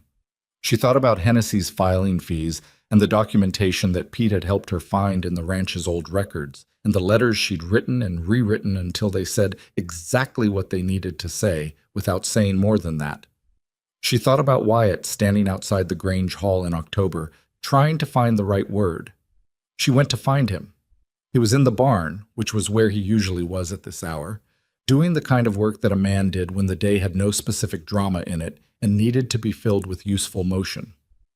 She found him repairing a bridle with the focused patience he brought to physical tasks, better at those than at sitting still, always had been. She handed him the letter without preamble. He read it. She watched his face. He was quiet for a longer moment than she expected. "It went through," he said. It went through, she said. He looked at the letter again, then at her. Something in his expression was doing several things at once: relief and a kind of vindication, and something older underneath both of those, something that had more to do with the past 18 months than with Gerald Collier's land scheme. I need to call Baines, he said. I already wrote to Ferris, she said. He'll get word to the others. He looked at her. When did you... This morning, while you were doing the North check. She held his gaze. I knew what the letter was before I opened it. The envelope had Hennessy's office mark. You could have waited for me. Yes, she said. But Ferris needed to know before the week was out, and I knew you'd want it handled quickly, so I handled it. He opened his mouth, closed it, looked back at the bridle in his hands. Thank you, he said.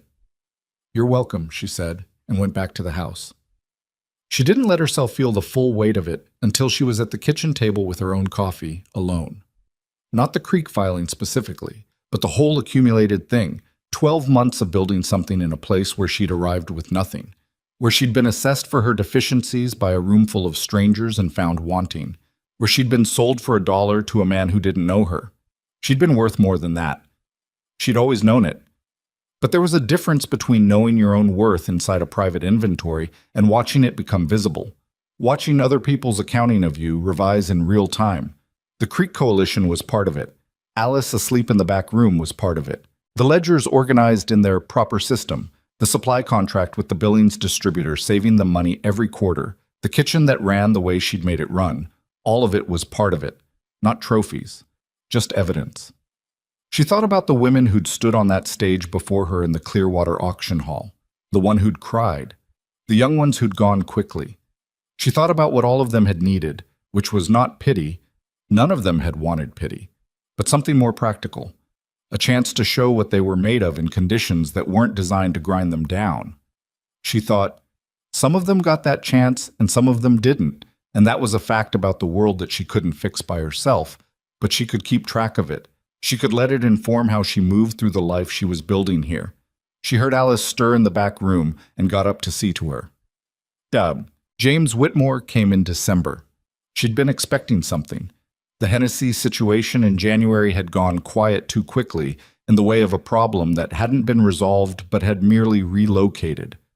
James had the patience of a man who believed he'd eventually find an angle, and he'd been looking for one for a year. He appeared in Millhaven on a Tuesday, stayed at the boarding house, Mrs. Gruber's, which gave Clara a particular feeling she couldn't name exactly, and sent a letter to the Double C that was addressed to Wyatt. Not to Clara. To Wyatt. She knew the strategy immediately. James had recalculated. He'd understood, somewhere in the past year, that coming after Clara directly wasn't going to work. Clara had no money of her own and had proven herself difficult to destabilize. But Wyatt had 12,000 acres and a new baby and an unconventional marriage arrangement that could, in the right legal light, be characterized various unflattering ways. She read the letter. Wyatt handed it to her without discussion, and she translated James's careful language into plain terms. He was suggesting that the circumstances of Clara and Wyatt's marriage raised questions about whether Clara had misrepresented herself, specifically regarding her ability to have children, and that he, as Thomas's surviving family, had an interest in ensuring that any assets that might be argued to derive from Thomas's estate were properly accounted for. He's saying I lied to you, Clara said. He's implying it, Wyatt said. Which I didn't. I know that. I told you before we left Millhaven, on the wagon. I remember the wagon, Wyatt said. She set the letter down. He wants money. That's what this is. There is no legal claim. Hennessy has already established that. But if he can make the situation complicated enough and expensive enough, he's betting you'll pay him to go away. She looked at Wyatt. Will you? His expression answered that question. I want to meet him, she said. Wyatt looked at her carefully. Clara. Not because I think I can talk him out of anything. James doesn't change course. He just changes tactics. She was thinking it through as she said it. But I want him to see that this didn't work. I want to look at him while he understands that. She paused. And I want him to see Alice. Wyatt was quiet for a moment. Why Alice? Because James has been telling a story in his head about me for 3 years. About the kind of woman I am, the kind of life I have, what I'm worth. I want him to see what's actually here. She met Wyatt's eyes. He came here expecting to find a woman clinging to an arrangement by her fingernails. I want him to see that's not what he found. It was not a plan in the strategic sense. It was something else. Something that had to do with the fact that there were people in your life who had assigned you a value and never updated their assessment. And sometimes the only thing to do was stand in front of them and let them see they were wrong. Not for their benefit, for yours. Wyatt wrote to James and told him to come to the ranch on Thursday. James arrived mid-morning in a hired wagon from Mill Haven, which told Clara something about his finances. A man with money would have had his own rig. He was Thomas's older brother by 4 years, and she could see Thomas in him the way you could see a familiar piece of furniture in a different house. Same shape, different context, and the different context made it look wrong. He came into the main room and stopped. Clara was at the kitchen table with the account ledgers open in front of her and Alice in the carry crib beside her, which was where Alice spent her mornings. Pete was visible through the window working the near pasture. The house was clean and warm and organized in the specific way it had been since March. Not showy, but functional in a manner that communicated, without saying it, that someone competent had been running things for a long time. She watched James take it in. "Clara," he said. "James," she said. "Sit down." Wyatt came in from the hall and sat at the head of the table and said nothing, which was the right choice. Claire had asked him, on Wednesday evening, to let her lead this, and he'd agreed with the specific quality of agreement he'd developed. Not deferential, but trusting, which was different. James sat. He looked at Wyatt, then back at Clara. "I think there are some matters we should discuss," he began. "Hennessy's letter established that you have no legal claim," Clara said. "I assume you've read it, because your lawyer would have told you the same thing." She kept her voice conversational. "So what you actually came here for is something else." James's expression adjusted slightly. He'd expected her to be defensive. She could see it. "There are questions," he said, "about the circumstances of your arrangement here that I told Wyatt on the wagon ride from Mill Haven that I had 2 miscarriages, and that the doctor in Cheyenne told Thomas I couldn't carry to term. He knew before we reached this property." She said it plainly, without heat. There was no misrepresentation. There's nothing to argue about legally, you know that. James looked at Wyatt. "And you're satisfied with, this isn't a conversation you're having with me," Wyatt said. His voice was quiet and complete in the way of a door closing. "You came to talk to Clara." "Talk to Clara." James looked back at her. Something in his face was recalibrating, the way she'd watched rooms recalibrate before, and she let it happen. "Thomas left debts," James said, shifting. "There were assets that weren't properly—" "There were no assets," Clara said. "The land sale covered the debts and nothing more. Hennessy documented it. The Wyoming court has it on record. If you have specific numbers you believe are in dispute, give them to Hennessy and he'll respond to your lawyer." She paused. "But I don't think you have specific numbers, James. I think you have a general sense that something here should belong to you, and you're looking for a frame that makes that seem true." The room was quiet. Alice made a small sound in the carry crib, the almost wake sound that meant she'd be properly awake in a few minutes. James looked at her involuntarily.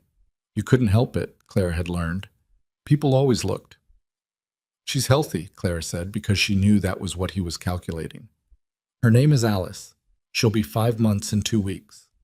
James looked at the baby, and Clara watched him look, and she saw the moment when the story he'd been telling himself, the story in which Clara was a grasping woman who'd maneuvered herself into money she didn't deserve, ran into the actual room he was sitting in, the organized house, the ledgers on the table, the baby in the crib, the man at the head of the table who was not being managed or manipulated but was simply present, in the deliberate way of someone who had chosen to be present. It wasn't a dramatic moment. There was no confrontation, no raised voices, no satisfying collapse of James's position. He was a man who'd come looking for a weakness and found the thing that was supposed to be weak was just not. And he had to sit with that in a borrowed wagon he'd have to return by evening. The filing with Hennessy stands, she said. If you have legitimate legal questions, pursue them through proper channels, and they'll be answered the same way they were answered before. She closed the ledger in front of her. I'm not going to keep relitigating this, James. Thomas is gone. Whatever he owed, and whoever he owed it to, has been settled. This is what my life is now. I'd appreciate it if you'd let it be. James was quiet for a long moment. She could see him doing the internal accounting, the cost of pressing further versus what he was likely to get from it.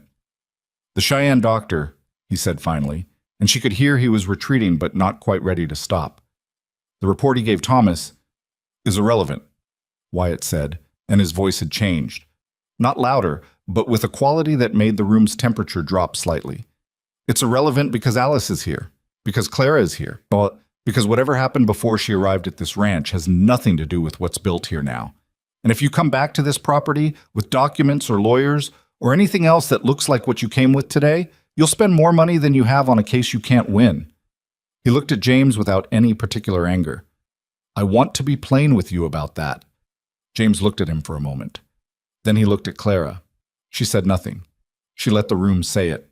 He left 20 minutes later with nothing resolved in his favor and nothing given to him, and Clara stood at the window and watched the hired wagon go down the road toward Millhaven and felt something she hadn't entirely expected, not triumph, which would have been too simple, but something more like a door closing. A chapter of her life, the chapter in which James Whitmore's opinion of her had any power at all, ending in the ordinary mid-morning light of a December day in Montana. Wyatt appeared beside her at the window. He won't come back, he said. No, she agreed. He won't. How do you know? Because he came looking for a woman in a difficult position and he found something else. There's nothing here for him. She watched the wagon reach the far bend and disappear. He'll go back to Wyoming and tell people I landed well, and he'll say it like it's a criticism, and eventually he'll stop thinking about it. Landing well, Wyatt said. He had a particular tone. That's how he'll tell it. Is that how you'd tell it? She considered the question the way she considered most things, honestly, without rushing it. No, she said. I'd say I built something. There's a difference. He was quiet for a moment. There is, he agreed. Snow came hard in January. Real snow, the kind that tested the preparations you'd made and either found them adequate or didn't. The Double C's preparations were adequate. Claire had spent November going through everything with Pete, cross-checking the winter supply stores against the projected cattle count, identifying the 2 structural repairs to the barn that needed to happen before the temperature dropped seriously. Both repairs had been done in October. The winter feed arrangements she'd negotiated in September, a better price from a supplier 2 counties over that Wyatt hadn't been using, meant they went into January with more margin than the previous 2 years. She knew this because she'd gone back through the old accounts and compared. She did that kind of thing now, as a matter of course. Built herself the comparison so she could see the shape of things. The snow also brought a family. The Lindqvists, Carl and Marta and their 3 children, had been homesteading on a small parcel 12 miles northeast, and in mid-January their roof gave way under 3 days of accumulated snow. Carl had shored it up as best he could, but the structure was compromised and they couldn't safely stay there. And with the temperature where it was, and 3 children under 10, the options were limited. Pete brought them to the Double C on a Tuesday evening. Clara heard the wagon and was at the door before Pete had the horses stopped. She saw Marta Lindqvist's face, the particular expression of a woman who had not slept in 2 days and was too tired to be properly ashamed of needing help. And she held the door open wide and said, "Come in out of the cold." She put the children in front of the kitchen fire with the efficiency of someone who'd been thinking about contingencies since November. Carl Lindqvist was trying to explain the situation and what he planned to do about it, and she listened to enough of it to understand the shape of the problem, and then she said, "You'll stay here until it can be repaired. We have the room." Carl looked like a man with complicated feelings about accepting help.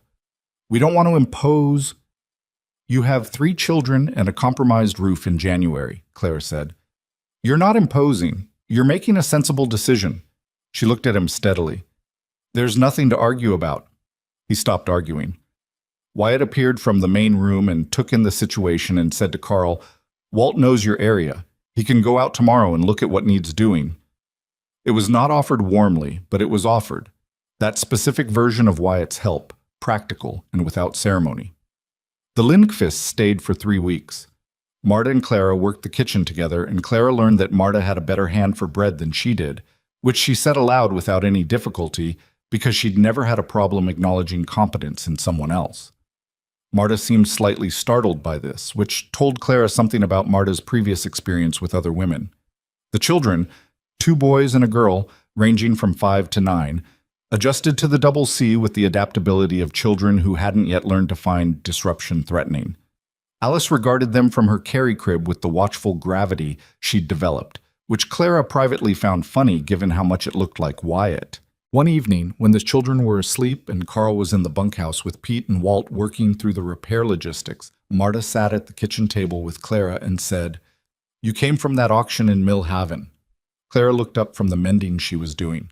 "I heard about it," Marta said, "from someone in town. I don't mean to—" "It's all right," Clara said. "I just—" Marta turned her cup in her hands.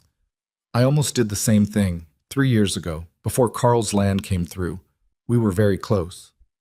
She said it with the specific plainness of someone who'd sat with a thing long enough to say it without flinching. I used to wonder what that would have been like. Clara thought about the auction hall, the 11 women, the cold, Harold Finch's voice saying damaged goods like it was a market term. "It was terrible," she said honestly. "The process it was very bad." She paused. "But sometimes the terrible thing is also the thing that gets you to where you're supposed to be." "I don't know how to feel about that exactly." "Are you glad," Marta asked, "that it happened the way it did?" Clara considered it. "I'm glad I'm here," she said. "I'm not glad that was the only door available." She picked up the mending again. "I think those are 2 different answers to 2 different questions." Marta nodded slowly. "Yes," she said. "I think they are." The Lindqvists went home in the first week of February, when the repair on their roof was solid enough that Carl's pride required them to go back. Clara packed food for the wagon, and Marta hugged her at the door with the genuine feeling of someone who hadn't expected to find a friend and had found one anyway. "Next winter," Marta said, "before anything goes wrong. We'll come for a visit." "Come in October," Clara said, "when it's still nice." Mait. Spring came, and with it the second year, which was different from the first in all the ways a second year is different. Less about establishing what was possible and more about extending it. The Creek Coalition held its first full annual meeting in March, 7 ranchers, and Clara, seated at the table this time without discussion, with the county's approval letter framed on the wall of the Grange Hall because Ferris had put it there and nobody had objected. Collier had moved his operation west by autumn. He'd found another area, other angles, other people to approach with time-sensitive offers. He hadn't disappeared. Men like Collier operated on the principle that somewhere there was always a door that wasn't properly locked, but he'd left the Tanner Creek Range alone, and the water rights filing sat in the county record like a fact that wasn't going anywhere. Wyatt found out about the Collier move from Dorchester's spring letter and told Clara at breakfast. "He's gone to the Bitterroot Valley," he said. "Mid-sized operations over there, less organized than this area." "Someone should warn them," Clara said. He looked at her. "I can write to Ferris," she said. "He has contacts over that way. Just a letter explaining what the pattern looked like here, what the creek filing accomplished. They can do with it what they want." He looked at her for a moment with the expression that was no longer difficult to read. That she'd learned over 14 months meant something specific. She'd said the exact thing he'd been thinking, but hadn't quite gotten to the point of saying. "Write to Ferris," he said. She wrote to Ferris that afternoon. The baby made sense of everything, and also complicated everything, in the way of babies. Alice at 8 months was a specific person in a way that Clara found continuously surprising. She'd known, in the abstract, that babies became people, but the actuality of it was different from the abstraction. Alice had opinions about what she was fed and strong preferences about who was holding her, and an absolute veto on being put down when she'd decided she wasn't ready to be put down, which she exercised without apology. Wyatt's response to Alice's opinions was to take them seriously, which Clara thought said everything about him that needed saying. He didn't dismiss her or override her or treat her inconvenient feelings as a problem to be managed. He listened, the way he listened to everything, with that concentrated attention, and then he adjusted. She'd watched him do this with the cattle and with the ranch hands, and now, with an 8-month-old who couldn't form words yet and didn't need to. One morning in April, she came into the main room and found him on the floor with Alice, who had reached the stage of determined but incompetent crawling. He was on his hands and knees, which was not a position she'd have predicted for Wyatt Callahan, watching Alice work her way toward the wooden horse that Walt had given them at Christmas, the carved one that had replaced the original on the windowsill. Clara stood in the doorway for a moment. He looked up and caught her watching. A less settled man would have been embarrassed. He just looked at her steadily and said, "She's going to get it this time." Alice reached the horse, got her hands on it, sat up with it clutched to her chest, and looked at both of them with an expression of profound self-satisfaction. "She did," Clara said. "She's stubborn," Wyatt said. "Yes," Clara agreed. He got to his feet with the slight stiffness of a man in his mid-30s who'd been on his knees on a wooden floor. "I don't know where she gets it," he said, and the dryness in his voice was so deliberate and so calibrated that Clara laughed before she could stop it. A real laugh, not polite, the kind that caught you. He looked at her when she laughed, and something in his face did the giving way thing, and this time he didn't pull it back. He just let it be there on his face, visible, in the ordinary morning light of the main room with their daughter on the floor and the April sun coming through the window. She'd stopped cataloging those moments as data a long time ago. They were something else now. She wasn't sure she had a word for it yet. She was working on it. Barren. It was Pete who finally said it out loud. June, a year and a half after Clara had arrived at the Double C with her carpet bag and her policy about not looking at her feet. Pete had been with her in the kitchen going over the summer supply order, which was their habit on Friday mornings. And when they'd finished, he sat back in his chair in the way he sat when there was something else. "You should know," he said, "that when Walt goes into town, he tells people you run this place." Clara looked at him. "I mean that as a fact, not as a—" Pete seemed to look for the right framing. "He doesn't say it like a complaint. He says it like, that's just what's true." She thought about Walt, about the carved horse and the morning in the pasture and the 2 years of careful recalibration. "That's not quite right," she said. "No," Pete agreed, "but it's not quite wrong either." She thought about how to say the thing she actually believed, which was that the distinction between who ran the Double C and who ran it alongside Wyatt was exactly the kind of distinction that seemed small from the outside and wasn't small at all. "Wyatt built this," she said, "before I came here. The land, the cattle operation, the relationships with the other ranchers, all of it. I didn't build that. I made some things work better and helped with some problems, and I raised a child here, and I intend to keep doing all of that." She paused. "That's not running something. That's being part of it." Pete looked at her in the way he had, the steady way of someone who'd been watching a thing develop from the beginning and knew more about it than he ever said. "That's a distinction that matters to you," he said. "Yes," she said. "It does." "Why?" She considered it. Because she thought it was the truth, was the shortest answer. Because the temptation to let the story become about how much she'd contributed, how much she'd changed things, how much better she'd made it, that temptation was real, and she didn't fully trust it. The honest accounting was more complicated. She'd brought things to the Double C that it needed. Wyatt had given her something she'd needed in equal measure. The arithmetic worked out, but not in the simple way where one person had clearly gotten the better deal. $1, she said.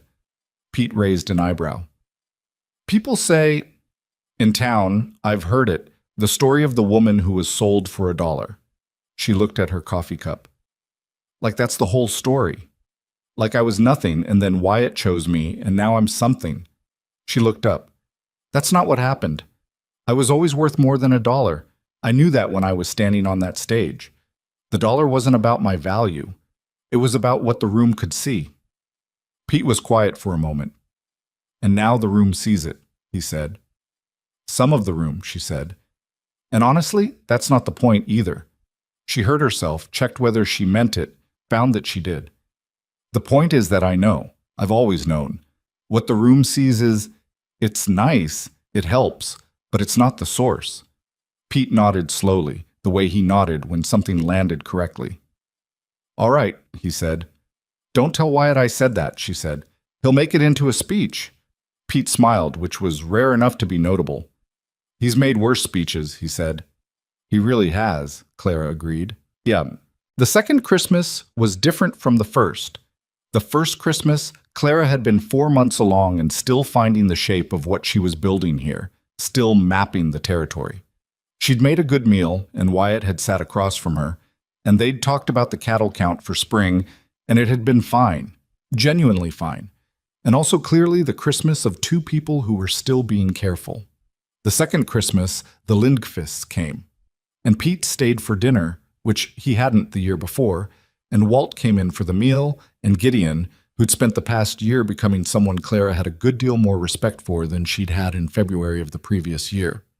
Baines and his wife came from their ranch, which Clara had not quite predicted, but which Wyatt had apparently arranged at some point without telling her, which she filed as evidence that he was capable of surprise.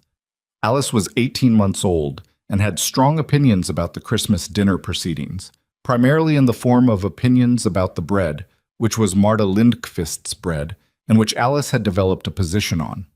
The position was that she should have more of it than she was being given, and she made this position known.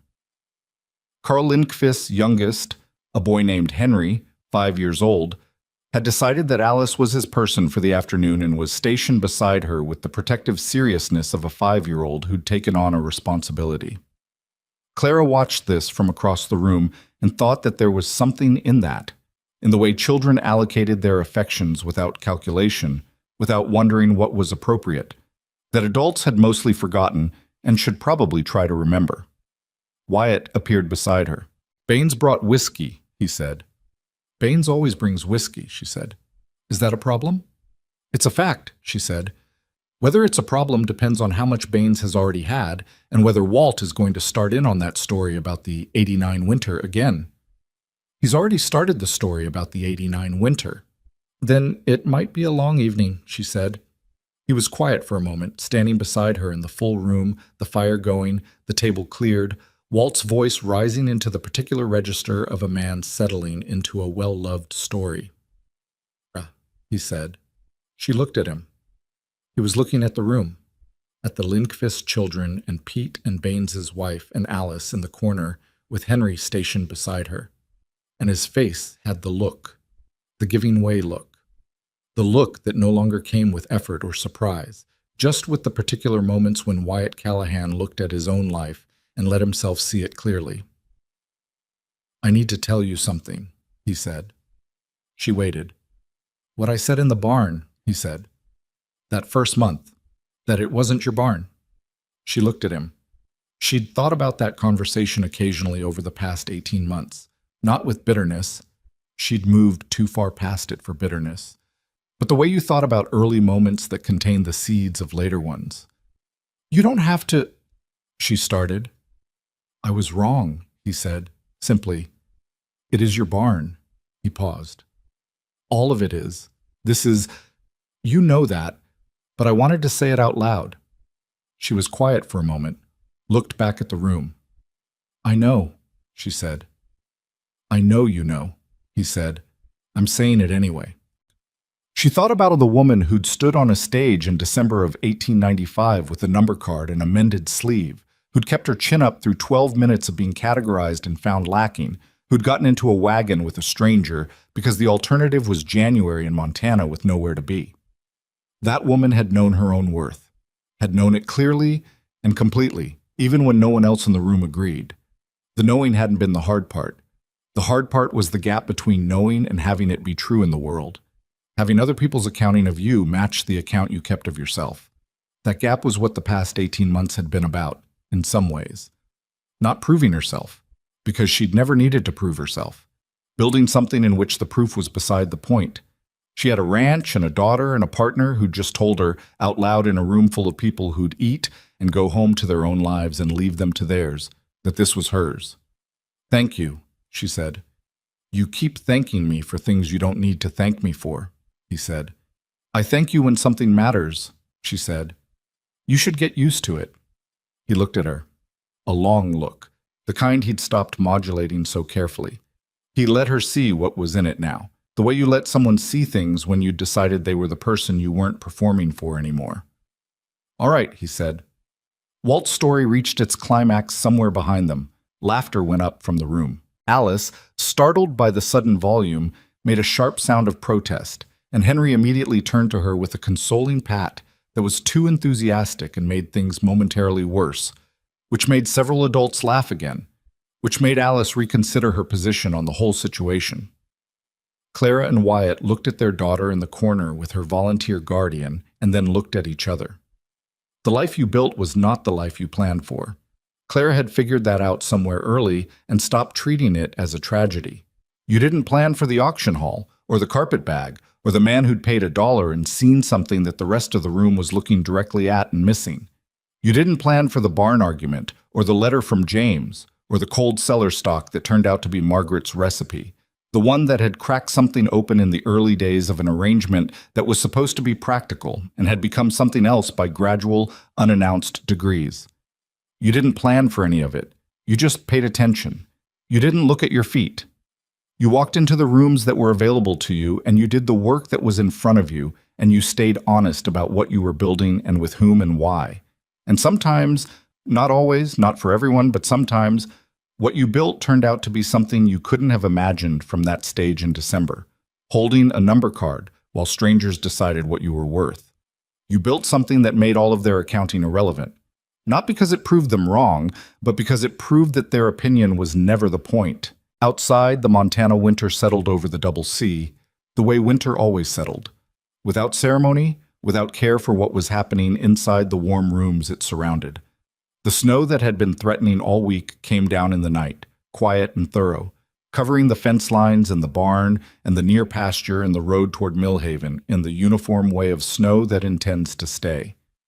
Inside, the fire held. That was all that mattered. That was the whole of it.